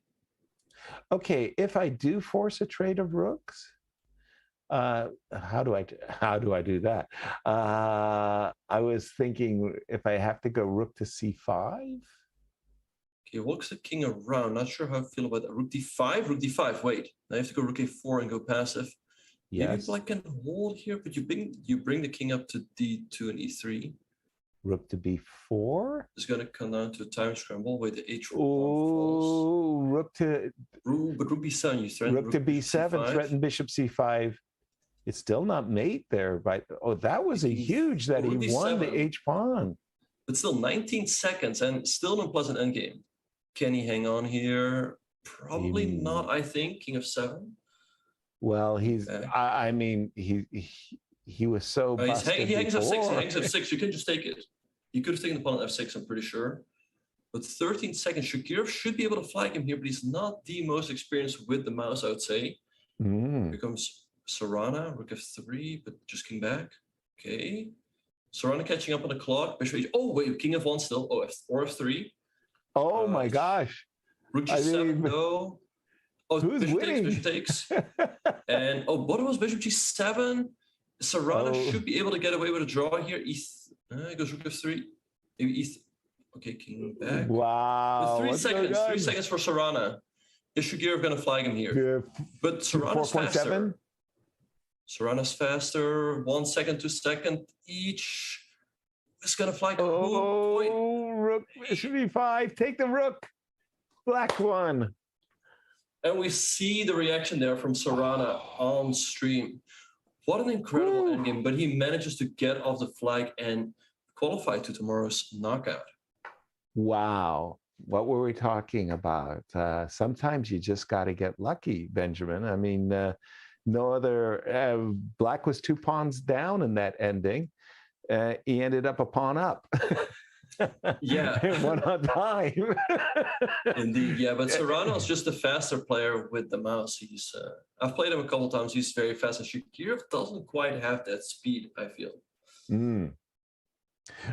Quick question for you. Internet connectivity. I noticed that while I'm here in Holland, especially, my connectivity here in Holland is absolutely superb. I mean, I've got great connection. Does that help these players? Like if my speed is much greater than yours, does it mean that I can input my moves more quickly than you if you're playing in low internet connectivity?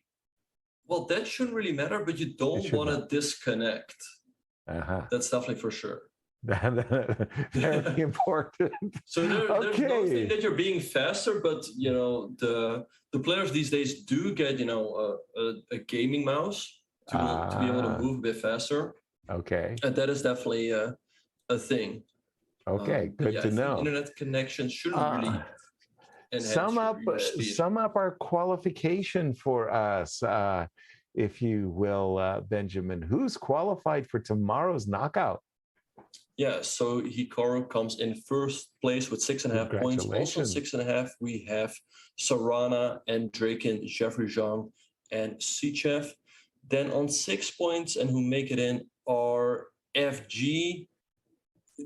His name is very difficult. He's a grandmaster from India. Right. We have Levan Aronian and Bornik, who just make it in. And Ranik Sadlani, he just misses out on the knockout tomorrow, but we will be taking a very short break, you guys. But don't go anywhere. When we come back, we will be doing the Coinbase critical moment, and then we will reveal the bracket for tomorrow's knockout. We will see you guys after the break.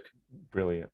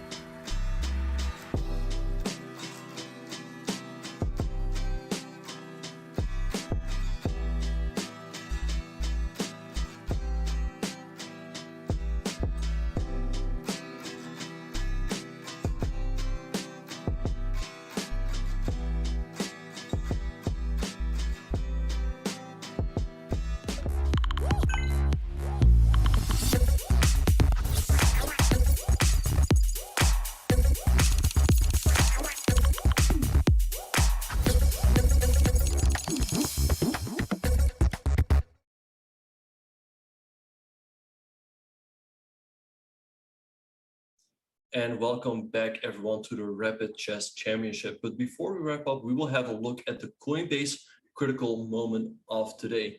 Yes, sir, we had this very interesting endgame here. It was great. It was great. Benjamin, this was a really, really fabulous game to my mind that really exemplified the kind of fighting chess that we saw. And in this position, I was absolutely convinced that White should be winning the game, because I thought that Black was going to win the pawn on d4, and White was going to win the pawn on b7, and then the b6 pawn was going to walk up the board. So here I had it in my mind for the whole broadcast that the move bishop c8 was winning. And as we were talking during the break, you were saying, no, then it doesn't work. Then bishop a6, rook takes a6, b takes a6, b7. When the bishop's on f5, it covers the b1 square. And this combination doesn't work. So White had played the move rook a7, which I was saying, no, that's not the good move.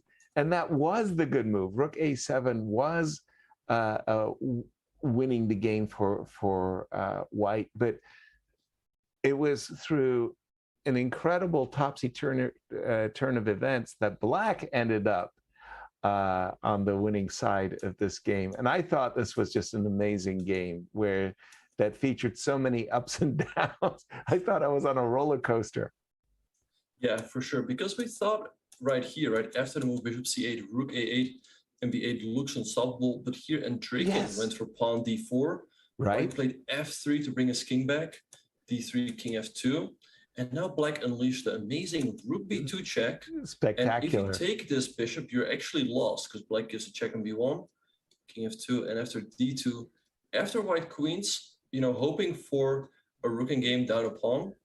A piece. Pawn because of the bishop. Yes, right. Black actually queens himself, and there are no checks to the king. This is covered.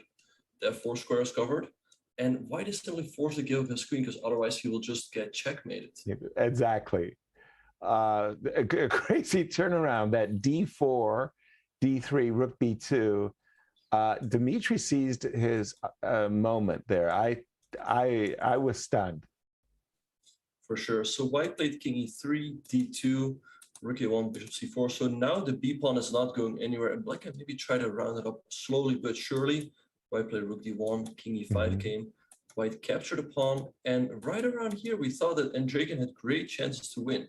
He's going to win this pawn and perhaps this b pawn later on.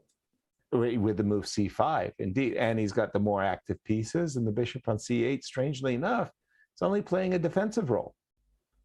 So we thought Black could win this game. And then we were shocked later. Yeah. White played rook to d3, a good defensive move. Rook b2, king e3, king d6, f4, f6. And after the straight Yasser, here we saw a very funny rook dance. Exactly, which featured a rook blunder too.